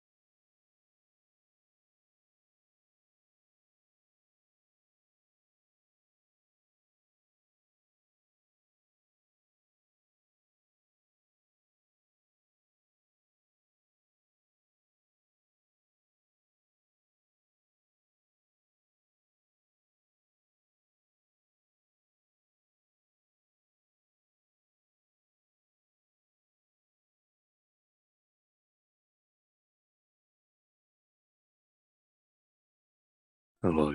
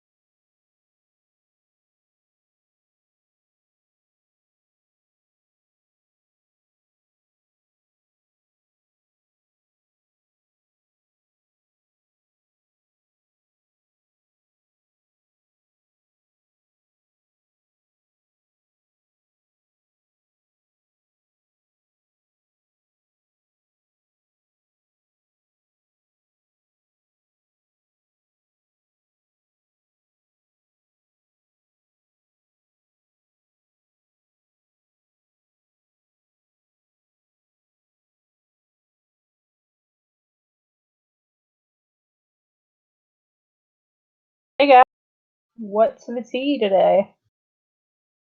No, we already did it. I think Pangburn's dead. I think he's dead at his computer. I think he died. We won't know for a while if that happens. Oh, unfortunately, he's live, so hopefully, like a death rattle or something turns on his camera. Jesus Christ! If that rat from Avengers Endgame crawls out of the time van and unmutes his mic.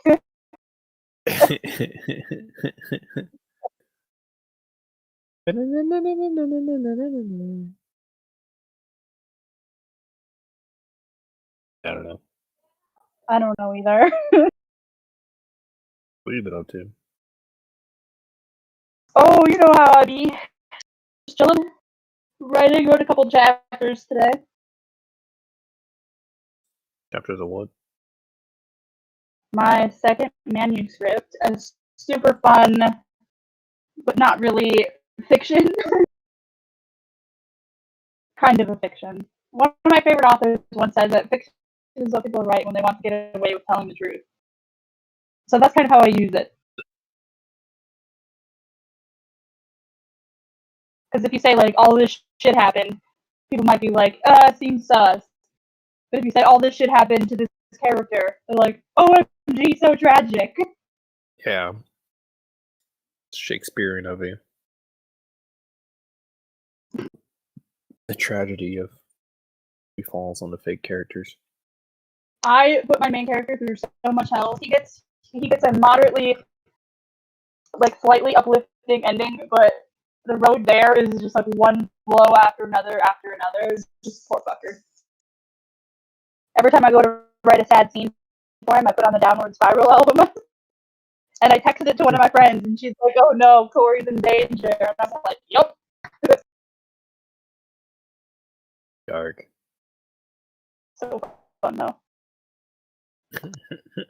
I realized I couldn't make my character a murderer, but I still wanted him to murder. So now he murders in his dreams. Oh, that kind of dark. See, I was thinking of trying to like pop a pickle jar, but then like you rip like one of your fingernails off of like the ring finger, maybe, or maybe even like the pinky finger. And it was like a slow rip, like a slow No, rip. I'm talking Still like get the pickle jar out. It opens with his family being murdered, and then later we get the body cam footage of the kid because his dad killed his mother because he had fatal insomnia, and so he was developing dementia in like his late 30s, right? Like he was going insane, and he came home and found the murder suicide and was like, "Oh, this is my origin story." So then he like shot up the entire school, Hello Herman style, and then ended up at my main character's father, who was giving a voice lesson to his twin sisters. And then, yeah, he finds the body cam footage online and watches it. And it's like, I shouldn't have done that. But the kid taps the body camera and it's like, "You're gonna be famous. Do you have any last words?" And the dad like addresses Corey. He's like, "Corey, if you ever see this, like," okay, so he's a Christian, so it's cheesy. He's like, "I love you. Jesus loves you. I'll always be with you. I forgive this child who was about to kill me and just killed your sisters. You can please forgive him too." And yeah, eventually Corey like loses his faith and has that whole arc that I wrote while I was losing my faith. And yeah, it's fun. Your mic's a little bit clicky. Like, I don't know how to describe it. Oh, it's my computer. I heard what you said though. I can't really do anything about it. I'm just on my laptop. It's not a great laptop, but it's better than my old one. So. Well, it sort of sounds like can you turn down sensitivity in Discord, because it sounds like when you get loud, it's clipping out. Yeah, other than that, it's pretty clear. Yeah, because there are certain times you're coming in through perfectly clear, and I think when you get a little bit louder, it's clipping that. Yeah, the poor kid, man. Jesus, dude, I don't know what I just jumped into, and that's fucking that's way better. That was fucking very intense. That's like, I mean, that's like some of the more intense shit. But the whole book is like that. It's like one shitty, horrible, intense thing after another, and the book takes place in my main character's journal. So we're seeing it all through his eyes, and only the things that he's choosing to include. I was thinking of like maybe like go swimming. Like maybe he goes swimming, like in a foreign country, and there's like a parasite swims up his pee-pee. I think I can spare him from that. I already have. Let's see. What are all the things that I do with? Is that one? Stubs his toe, like really like a severe stub. Like on like a corner coffee table. I should have included but it like that. splits the skin. So he's a doctor. I'd rather murder people than that feeling. I'd rather just murder people than that feeling. So it's not bad when it splits the skin. It's when it splits your toenail. Yeah, you're still. I mean, like the skin, like real between bad. the toes. You know what I'm saying? Like the toes fucked up. But like you split the skin like between the toe. And then you have to go to jujitsu practice. Oh, that's like. But do you guys remember that thing where it's? I forget. It was like some like comedy. I think maybe it's like Austin Powers. We were giving people like paper cuts through like their like the webs in their fingers and their toes. That was Jackass. That was Jackass. Oh, Jackass! Yeah. Oh god. Man, dude. When they have the fart mask and the guy poops inside the fart mask. Okay, so this is my Jackass relationship. Yeah, they need to send those guys to Guantanamo, man. Everyone in the house was completely shit-faced. I was a kid. I caught my first period while everybody was plastered in the room, and I was freaking the fuck out because I didn't have someone to teach me about stuff because he was drunk all the time. And I'm like, what the fuck? Have you ever seen CKY2Ks? That was that was what they were doing before they did Jackass. Well, there's a combination, yeah. Well, there's this one scene where a guy takes a shit in a fucking napkin and rubs Brandon it on his buddy's face, and then fucking he freaks out, and then so he waits till he goes to bed, and he just like fucking unloads like a stream of piss right in his fucking face. No, do you remember when he just like, dude, he just pissed in his face. He's like, well, here's one. Tea on you. You fucking put shit on my face. And he's like, well, why don't you like put like jelly on me? He's like, fucking jelly? You put shit on my face. Jelly. Oh my god, dude. So fucking. This story is true. My dad, he used to be an over-the-road trucker, and if you know anything about me, you know my dad is a fucking piece of work. And so he said that this guy pissed on his truck. He just pissed on the back of his truck, and my dad was like, I think the fuck not, motherfucker.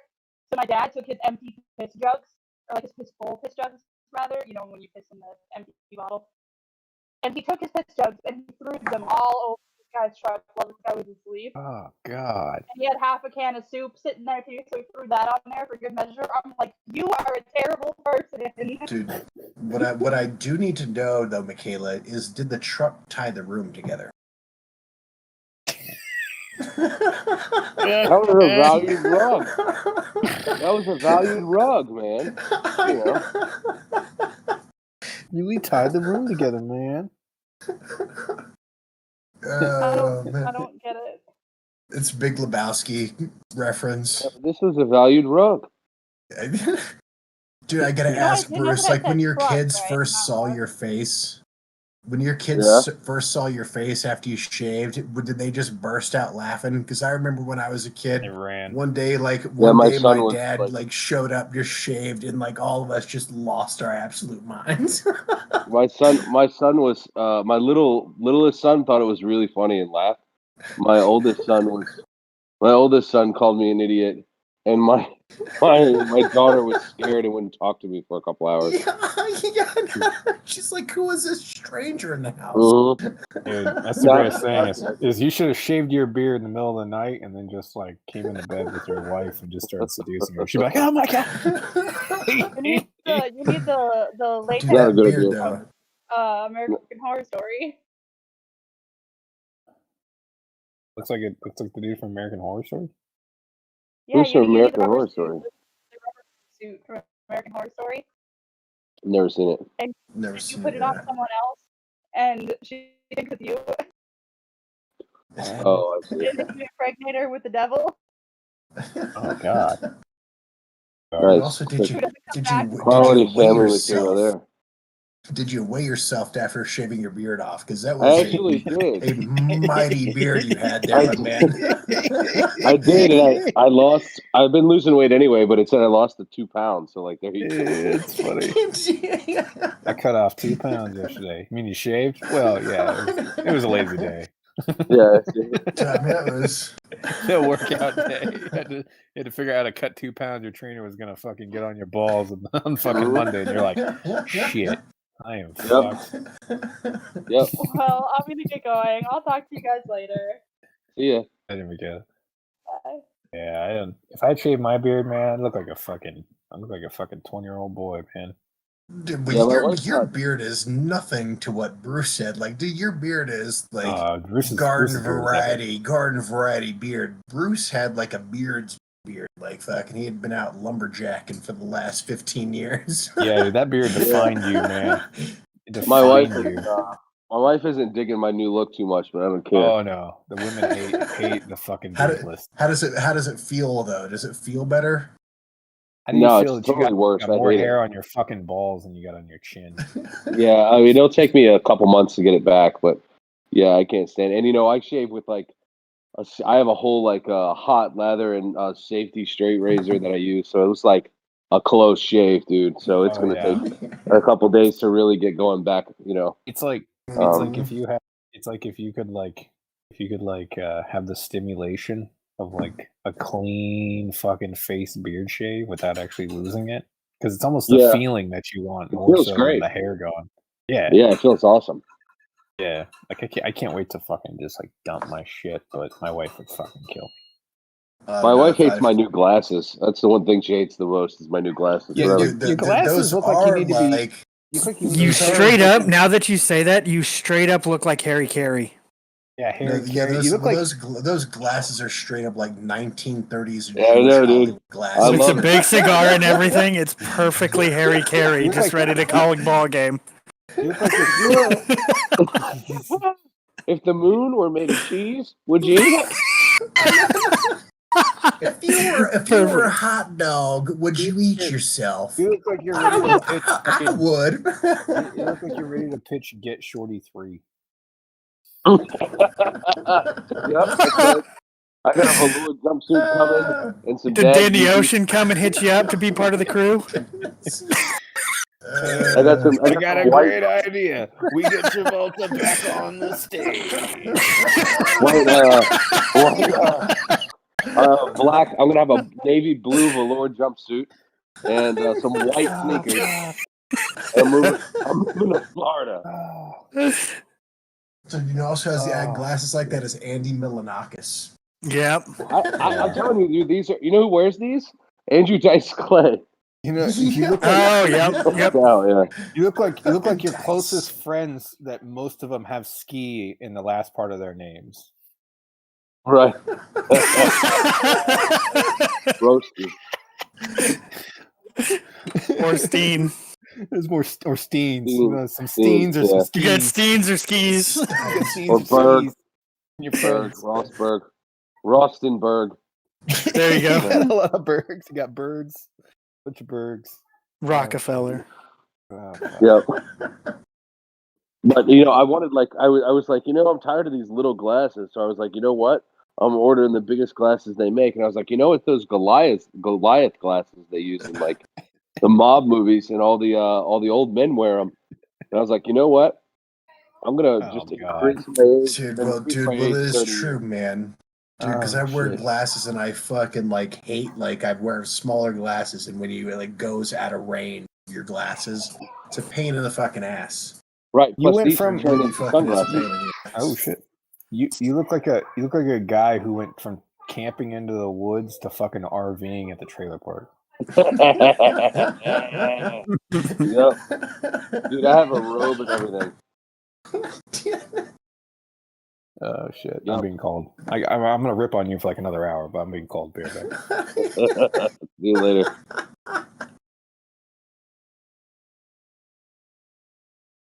awesome. What I was don't the care. impetus of that? You just felt like all of a sudden, hey, I'm just gonna cut it all off. Well, actually, Let's no. go for I it. made a mistake on my beard, and I was gonna like just try and go short to try and even it out, and I was like, you know what, starting over. So I just I made a big mistake. Are you trying to and I had reshape? really think it. I tried to. No, like with yeah, this, as you grow it, you're trying to reshape. Like you had a certain shape you did have. Are you going to change the shape as it grows out? I'm gonna change. I'm gonna try and change it. Yeah, exactly. Dude, what I I'd want it like be to less see, Bruce, pointy. is just like a nice old timey like curled mustache, like fucking like an old timey There you go. boxer with that like really nice curled mustache up top. Yeah, with the Dude, wax in it. Yeah, with the wax in it.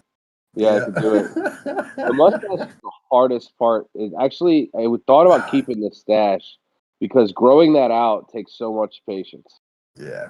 To not cut it, and I took, I was over the 1.5 year long mustache, and I just cut it. I've never been able to get it much longer than where I'm at right now. And by the time it gets there, I'm like, fuck this shit. It's bullshit. It feels like shit. I'm cutting it. Once you get I don't past grow it, this. Yeah. This right here doesn't grow. Oh. Yeah. And I don't know if it's the chin strap from the army or not. I'm not saying it is, but it's really, because this and then it came over. It's A lot of really guys don't grow that. perfect. You just gotta understand your face and your beard. You know what you could do? You could pull off a Lincoln like a motherfucker. Just have that whole thing going down just in the the bottom. Yeah. Yeah, just But the bottom. he You couldn't. don't need that He one. couldn't because he's got the fat. What he has right now is the best. The Van Dyke thing he's got going on. That's the best way to go with that kind of beard. Yeah. I'll get rid of this. When I shave, I get rid of this. Stark. Yeah, exactly. I've heard that before, It that I look like naturally Tony grows Stark. in that way. There's some guys that are like that. They just don't grow the size. It took me a long time for my soul patch to grow in. This was like empty forever, and then it eventually, as I've gotten older, I get hairier and hairier. Dude, just what happens. I don't grow sideburns. Like that is non-existent. It just does that was not one I fucking always actually wanted. happen. Dude, Like it sideburns just doesn't are even grow for me. Mine chops, doesn't get thick. dude. Mutton chops, that's what you want. Fucking chops. Those are when guys used to have those in the 1800s. They were like giant. Their mutton chops were as big as the whole beard. Yeah, exactly. Yeah. Oh, those guys! I can't wait to get my my velour jumpsuit and my white Yeezys. So I look like an old Are you man. telling me you do not own a velour jumpsuit already? I actually had one a long time ago, and I got rid of it because I thought it was stupid. And now I'm going to get it again just because I'm an old man. I'm getting to be an old man. It's really comfy. Yeah, and I'm going to just embrace my Italian roots. That's it. I'm wearing the velour jumpsuit and the gold chain, and letting it roll. Dude, one of my good friends, Jason Lushine, I mean, he's got like 30 fucking jumpsuits, man. He's got like every color you can imagine, fucking like whatever time of day it is. He's got the right shoes with it. He's fucking way into that shit. Once you're married, you can do that. Not many women like that anymore, so. Yeah. It's not once you're married. It's once you don't care what the women think. Well, he's also you can be a bit single older and than not me. care and still do it. He's a bit older than me. He was like in his 20s and like 96. So I see. All right. That time frame. That was like, that was to be alive like that in that time frame. To be in the 90s, if you were coming into your 20s, in the mid 90s, you were 20 years old, 23, 24. Whatever. That's a good age. That was a good time. That was a good time period. Mm-hmm. You were like, nothing really going on, man. It was mostly peaceful. Yeah. Technology hadn't gotten crazy, but it was good enough that you could have 20 CDs in your car. You know what I mean? That's good. Yeah. Technology was good enough that you didn't need to struggle for anything. But it was also not so far ahead that you had to struggle to learn it, so you got more intelligence off of it. Yep. Like, we're in that sweet spot where we got to watch things develop and we had to learn how to program the VCR. It doesn't automatically attach to an NTP server and get the time off that. Yeah, exactly. Back then, You know what I mean? Yep. I think kids now might feel different. That's sort of always the way I think about it. Like, man, I don't know what kids think anymore. I think kids are old like, enough, look at this magic black but box that gives me my info. I don't know how it works. but- When I but- tell but kids that's a computer, they're like, guaranteed. no, it's not. Yeah, but Yes, it guaranteed is. the people who grew up in the '60s were like these fucking idiots growing up in the '80s. Like that's just something that has always happened, right? Yes, they are smarter than us and they can grasp better concepts. But what I'm saying is they aren't presented with the info the way we were. So most of them haven't taken the time to learn that their RAM, hard drive, processor, motherboard, in between that glass, my just like biggest thing right is, like- down there, it is they just don't know that. Yeah, you My know what I think it biggest might thing is be? those kids need to be out. Those kids need to be out in the fucking woods, fucking You know what I like think it might doing be, man? stupid shit, and getting hurt. We need the Boy No, Scouts that's without the gonna be religion. Yeah, that helps. Dude, I think it might be is like when I was a kid, like I kind of liked cars, but it was just sort of like such a hurdle to get into doing anything with cars because by that time they were really difficult. When 90 The deal, in the Eight? 90s when I was growing up, 90s it was computerized at that point. Yeah, So now, those like, are shit. You can't do shit on your own. Yeah, and building machines and dealing with computers was very much DIY back then. Whereas now it's kind of like the equivalent. Like technology is such a long history and difficult to get into as a kid.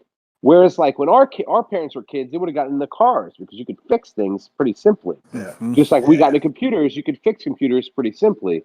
And now to get into like computer, it's such a niche thing that I just don't see kids, it's just going to be weird. It's even harder than it used to be. And it's given to them in a console so simply. Well, cars I is the think perfect point, man, because like people can't just work on cars like my first car was a 1982 Toyota Corolla, and me and my dad just ripped that fucking engine out and redid the whole thing. Like, you're not doing that with today's engines. There's no fucking possible goddamn way, unless you're a trained mechanic. Nope, you can't. Nope, you cannot. Same I thing think with that's like going to change. a lot of computer work. Maybe it will, but I don't know, man. I mean, there's a lot going on that I think society is going to drastically change quite rapidly, very soon.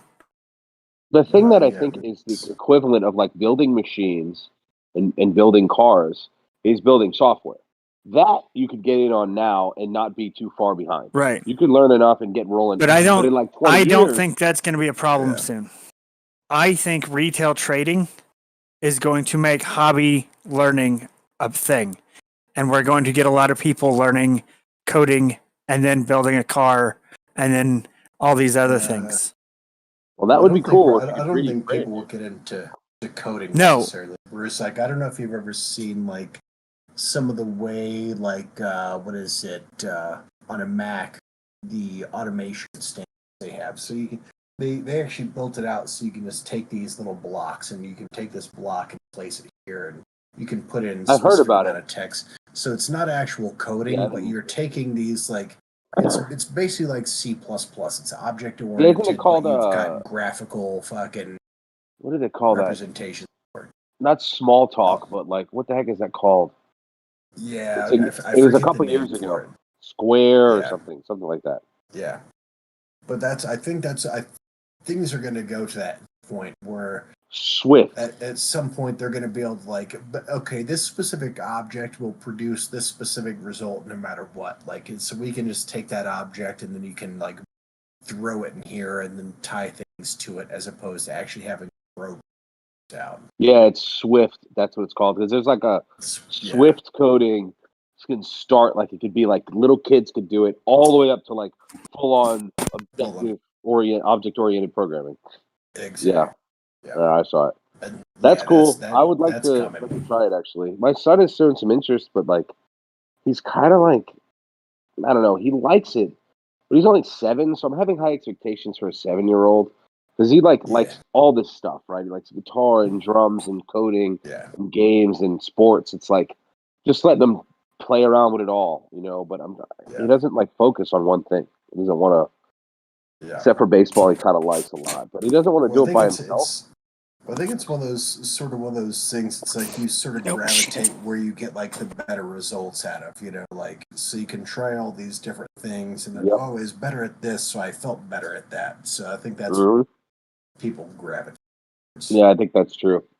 That's what happens with him for sure. If it's difficult, he'll do it if he really likes it. But if it's too difficult, he's like, "Now move on." That's just, I'm trying to teach him it's worth it to, it's worth it to try and work hard at it. But that's something you learn when you get older. I mean, that's hard to get at 7 years old. Yeah, but discipline. unless you want to like put some like really rigorous like plan in place. Like, okay, you're gonna have to go through these specific steps, and you'd have to plan it all out. So they would have to meet increasingly harder challenges every time they go. But and he's doing that, but it's just slow.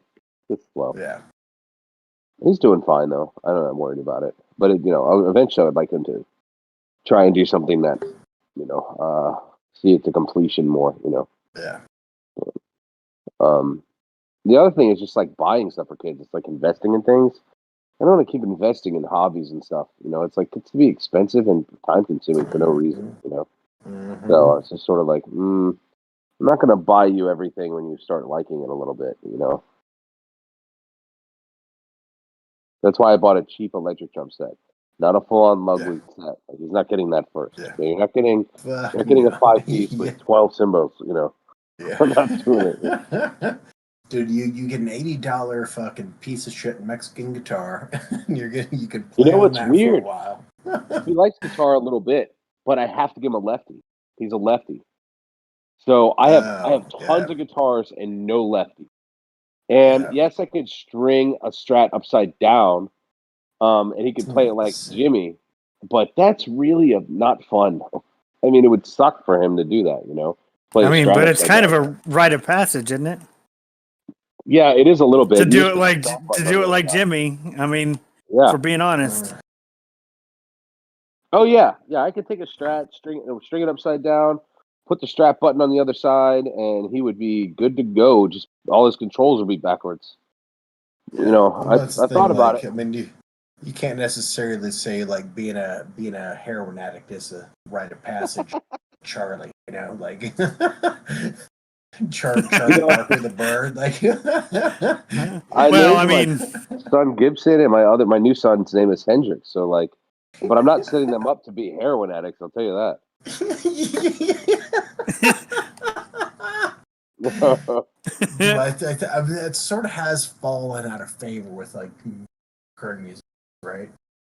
Nobody's really doing heroin anymore. Not like they used to. I don't know. There's a big push to legalize it. Yeah, it's being used in like illicit communities. I don't know about like being glorified in music though. But it wasn't really glorified. What's his name? Just not talked about. You remember the dude in the conversation about marijuana with, I think it was Bill O'Reilly, the black dude with the big dreads, and he's like, the NIH or whatever it was says, marijuana is this and that, and he said, no, it's not. He said, yes, it is. These numbers, he said, I'm the director of that organization, and those numbers are wrong. The director of this educational thing is, I believe, I don't want to say I know for sure because I'm not positive without pulling it up. I'm kind of distracted. But he is an active heroin user and proponent of legalizing it for recreational use. Well, based on there is actually based on data. Professor. That's what I'm talking about. Yeah, the professor. Yeah. I mean, it wouldn't be any different than like utilizing pain medicines right now, right? I mean, it's opiate based, a lot of painkillers. Yeah, and he's like extremely strict on it. He's like, it's this amount of fucking thing, but he's all about heroin, which is interesting. But I mean, a lot of like he's not in the corner fucking sucking dick. Yeah, exactly. Well, that's his argument is that he's lucky that he doesn't have to do that to get it for whatever reason. I don't know how he does it. Wealthy enough to buy it. Yeah, I think that's kind of it. he also has certain rules in place where he's Yeah, getting completely fucking zoned there aren't a lot out of beyond functioning fucking heroin addicts. comprehension. Yeah, dude. There aren't a lot of Right, but I think his heroin point addicts. is that it is not the government's place to Oh, sure. I mean, that's a libertarian to angle. restrict that, and on top of that, doing that restricts the ability of help organizations to get funding, or like if it's like if you can just get heroin wherever, it's a more normal thing to be talked about and gets more attention to funding help organization, just like the altruism will come out, like regardless. There's already community run methadone clinics and stuff like that. Like that You stuff don't have to gets convince me. brought out more when it's legalized. You don't have to convince me to I'm get the not government gonna out of it, man. yeah, I'm not going to argue with you on that point, man. I think we're all in congruence here. Yeah, I think it would be interesting to see what happens to usage and whether or not people end up in better shape. Object, I think it's hard to say because I'm sure you can make some cases right now where like people are doing marijuana, but it's not. It's like, for instance, I'm sure people are utilizing marijuana and doing it poorly, even though it's legal. You know what I'm saying? Yes. So I don't know. I don't know. Like, and there's also like, yeah, marijuana was stupid to make it legal when it comes to the drug war and stuff. But then again, it's like, what are the effects we're not talking about when it comes to people using it recreationally? Are there people that weren't using it before that are now using it? I wasn't using it until. I just do think the negative effect of the state having a thumb on people's neck or their foot on people's neck is worse than the outcome of people going. I've known dudes like that, and like, hey man, come over and smoke a bowl with me, and I take a hit, and the guy's like fucking on his third fucking bong rip, and I'm like, I cannot fucking even end where you're going right now. And he keeps fucking going, and it's like, Jesus fucking Christ, dude! Like, the problem I have with it, the only problem I do have with it with the government right now is that they have a monopoly on its growing and its sale. So like, they are like making it legal, but it's on their terms only, and it's not exactly like and it's like alcohol, I suppose, but you can't home brew weed as easily as you can booze. So I don't know, man. I just don't know if I like the government being in it right now. I think I'd make the argument it's easier to grow weed because I know so many people. But are you allowed to? Well, that's it. But yeah, but that should be that shouldn't. So that's then what ridiculous. is the government doing? They're just getting money on the back tax to the revenue. point, like where you Yeah, I think so. Where you weren't allowed to, like, I knew people who were just growing like plants in the basement and all that shit, as opposed to You're cutting in and out. like moonshine. Whereas I knew people who were like growing a plant or two in their basement, opposed to like trying to moonshine. That's an operation. Yeah. Like that's a whole thing you got to build up. It's a different thing than just watering a plant every day. So Yeah, as long as that's, right now I don't think that's currently the case in a lot of places. There's only a certain amount you're allowed to grow, and you can't give it to people. Like there's all those rules around it. You know what I mean? Didn't Oregon? Was it Portland, Oregon? Completely legalized everything. All of They legalized, they decriminalized psychedelics, I believe. But there's still regulations around the sale and growing of weed, though. Also, what bothers me is like they'll claim like we're doing things with the money, and they're not. Like they're not doing anything. They're like, we're gonna put it into education. Washington State, for instance, over $1 billion in tax revenue the first year went to the general fund, and that's how they passed it, to go to the general fund. Like it's just being wasted.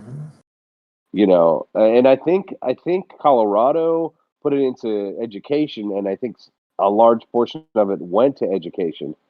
But that might be a rarity from these other places. I don't think it's I don't think that's the norm. Even in Colorado, there have been problems with that. It's not like it just like was there is still like I don't know, weird things going on here that it's not necessarily. Yeah. So I mean, but as far as the weed itself is concerned, like utilizing it, sure. I mean, Yeah. you know, if I don't want people to do it, then me getting the government involved isn't exactly moral, in my opinion.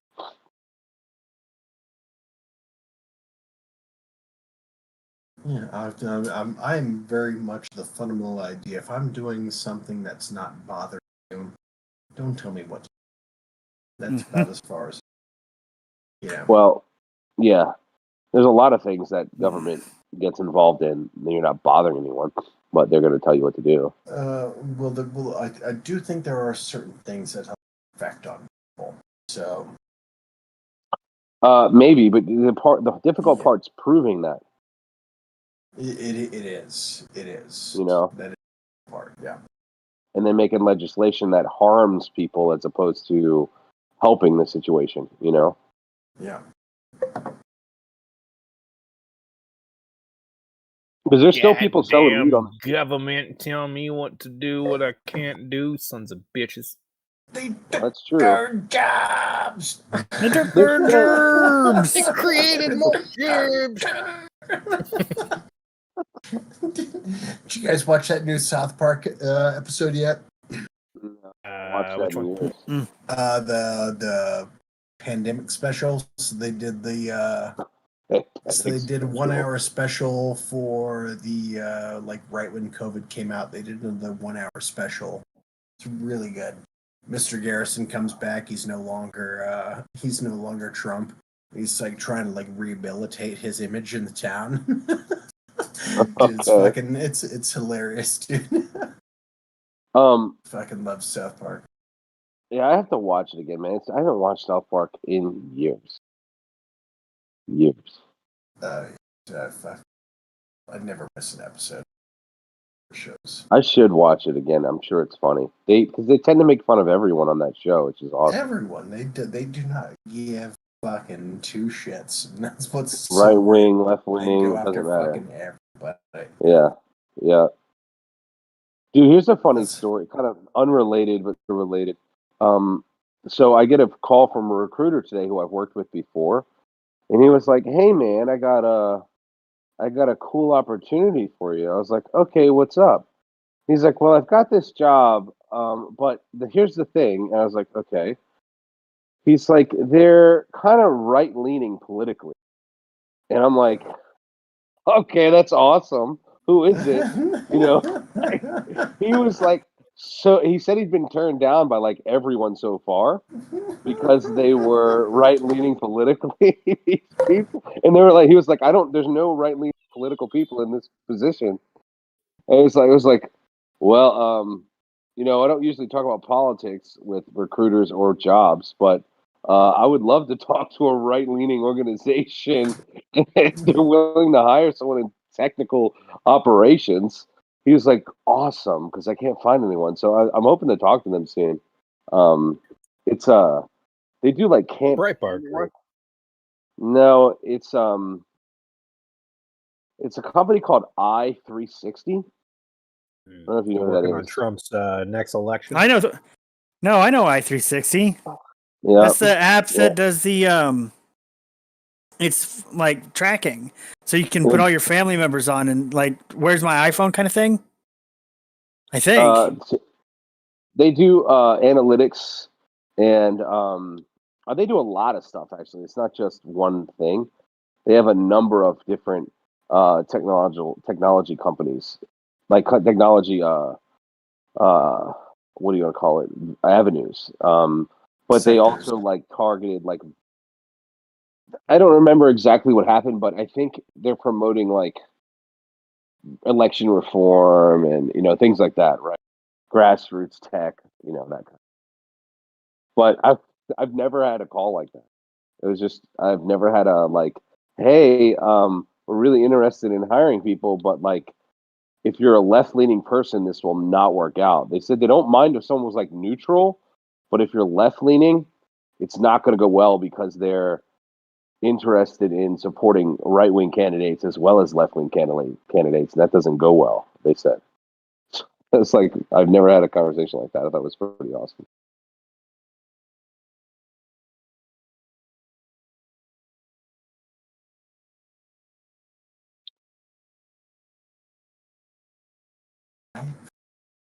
J square C.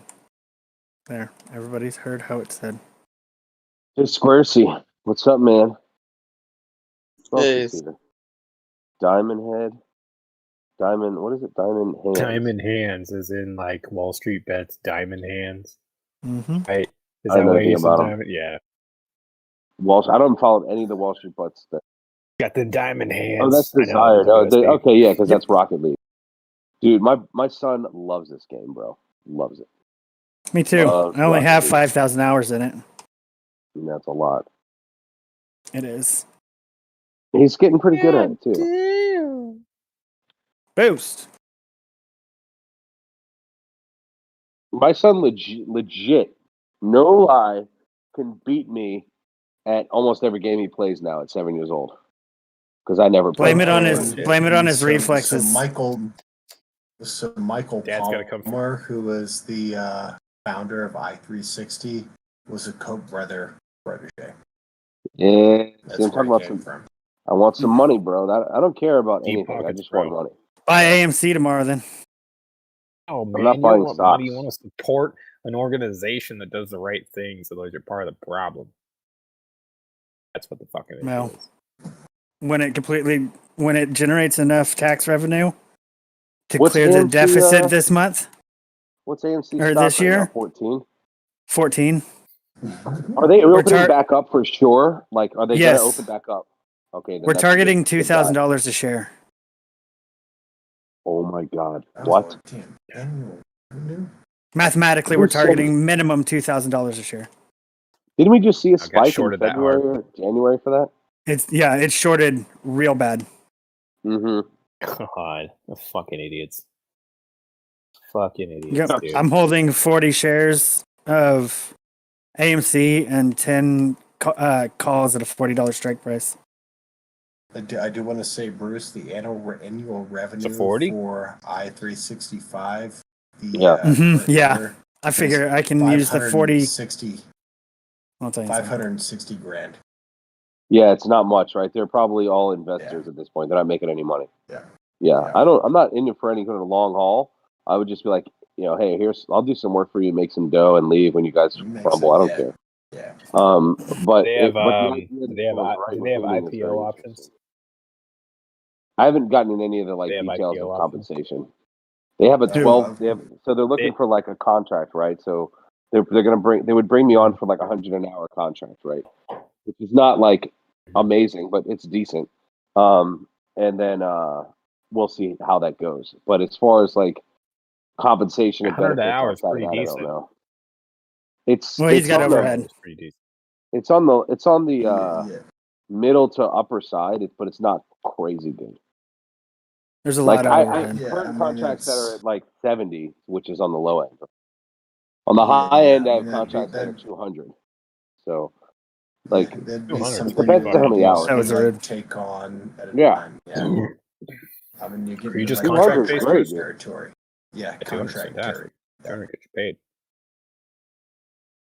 I've done full time and contract. I do both. The contract pays out the ass. The contract pays. You just Contract cover all pays your like taxes 30% and more, all 40% more. And then I can the thing about contract is I usually don't have a bunch of as long as I'm not conflicting interest, I can bring in multiple contracts. So I can pull in like 400 an hour. You know what I mean? Yeah. Oh wow, that's pretty cool. Well, if I'm you're about- maintaining the insurance, and the other Always have obligations, 5 revenues of. you've got 4 contracts going on. Holy shit! Yeah, that's fucking do it right. That's 'Cause right, you're exactly. Maintaining, I'm about- you're maintaining that same liability for all those contracts by paying for it once, but you've got 5 contracts going. That's right. As long as I deliver, they're cool with it, and we don't have a. It actually. So one of the things that f's me though is some of them are hard. It's been harder and harder to get B2B contracts. People are not that interested in doing that because of the requirements on both sides. So in order for me to get, a B2B, corp to corp scenario, I have to carry a decent amount of liability. Yeah. So that part kind of sucks. I carry $1 million of liability, which is, it's not expensive, but it's just an overhead that sucks, Yeah.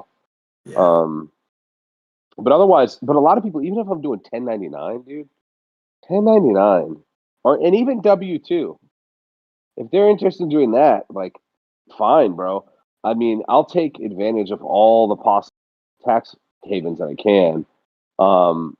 And I mean, as long as I'm not conflicting, I'm able to bring in triple the revenue any normal person could bring in. So just got to know your stuff. People are paying you for your knowledge. Not That's it. Yeah.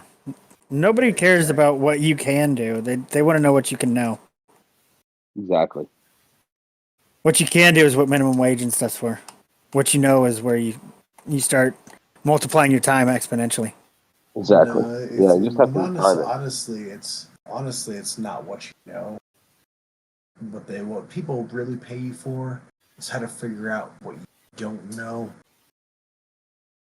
That's And the how to fucking solve it. Yeah, that's the fucking that's the standard. So People if pay you're you in an IT for what position, you do know, but they if you pay get you paid for for what sales, you it's don't who know. you know. Oh yeah, for sales. Or they yeah. pay me for what I don't know. Well, I don't understand why out. salesmen aren't crying that their jobs are going away with Google throwing ads Definitely out at harder everybody. for them.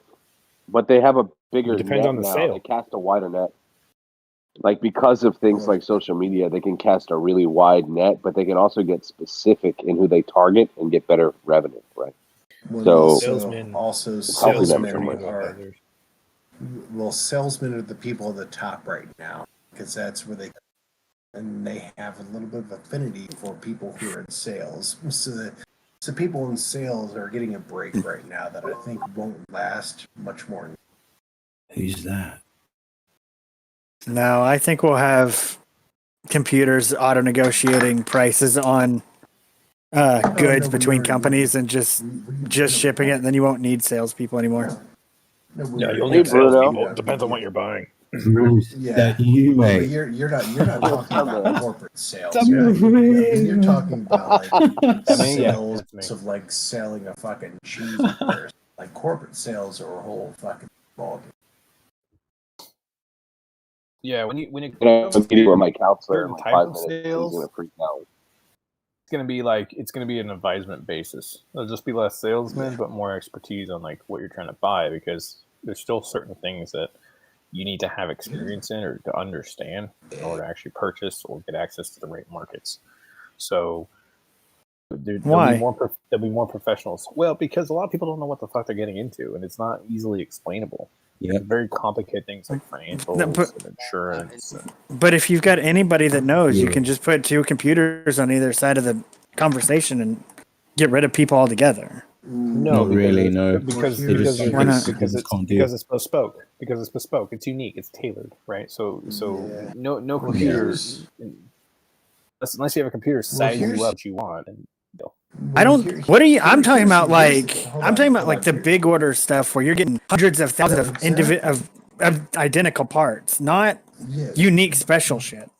That's boutique stuff. That isn't the economy at all. Boutique sales is like mattresses nuts. And shit. Yeah. What isn't it's right now? That's automated right now. That's already a thing, right? You could buy a fucking the purchase of the things between them is not. I bought my car digitally. They literally fucking dropped it off. I was like, oh, all right, and then the fucking car showed up. Yes, that's what I'm saying. So salespeople are being needed less and less. Like I said, some things, yes, and then the other things, like I'm licensed in a few different things, in the financial sector. So for me, it's like, yeah, it's going to be a long fucking time until a machine does what I do. Like a machine's not going to go look at a risk. Everybody and thinks apply that. certain things in certain areas. No, because we actually work with the technology that's coming out in like the next decade. So we have tools already. I've got coverage right now that pays out within 24 hours because it's all parametric based. So the contract literally has. How does it do parameters set that? into it. Well, because the contract has parameters into it, and so anytime one of those parameters So it pays triggers, then it pays out automatically. It doesn't give a shit about the loss. And so we use things like weather stations, ordinary. This gives the consumer how to, but you really didn't. Like you're just now wondering, and the insurance is already kicked in. The check's already being sent. So you don't get to go down, because the faster you're operational, the faster you can pay your premiums. So I think the difference that we're hearing right now is like, so everything that you're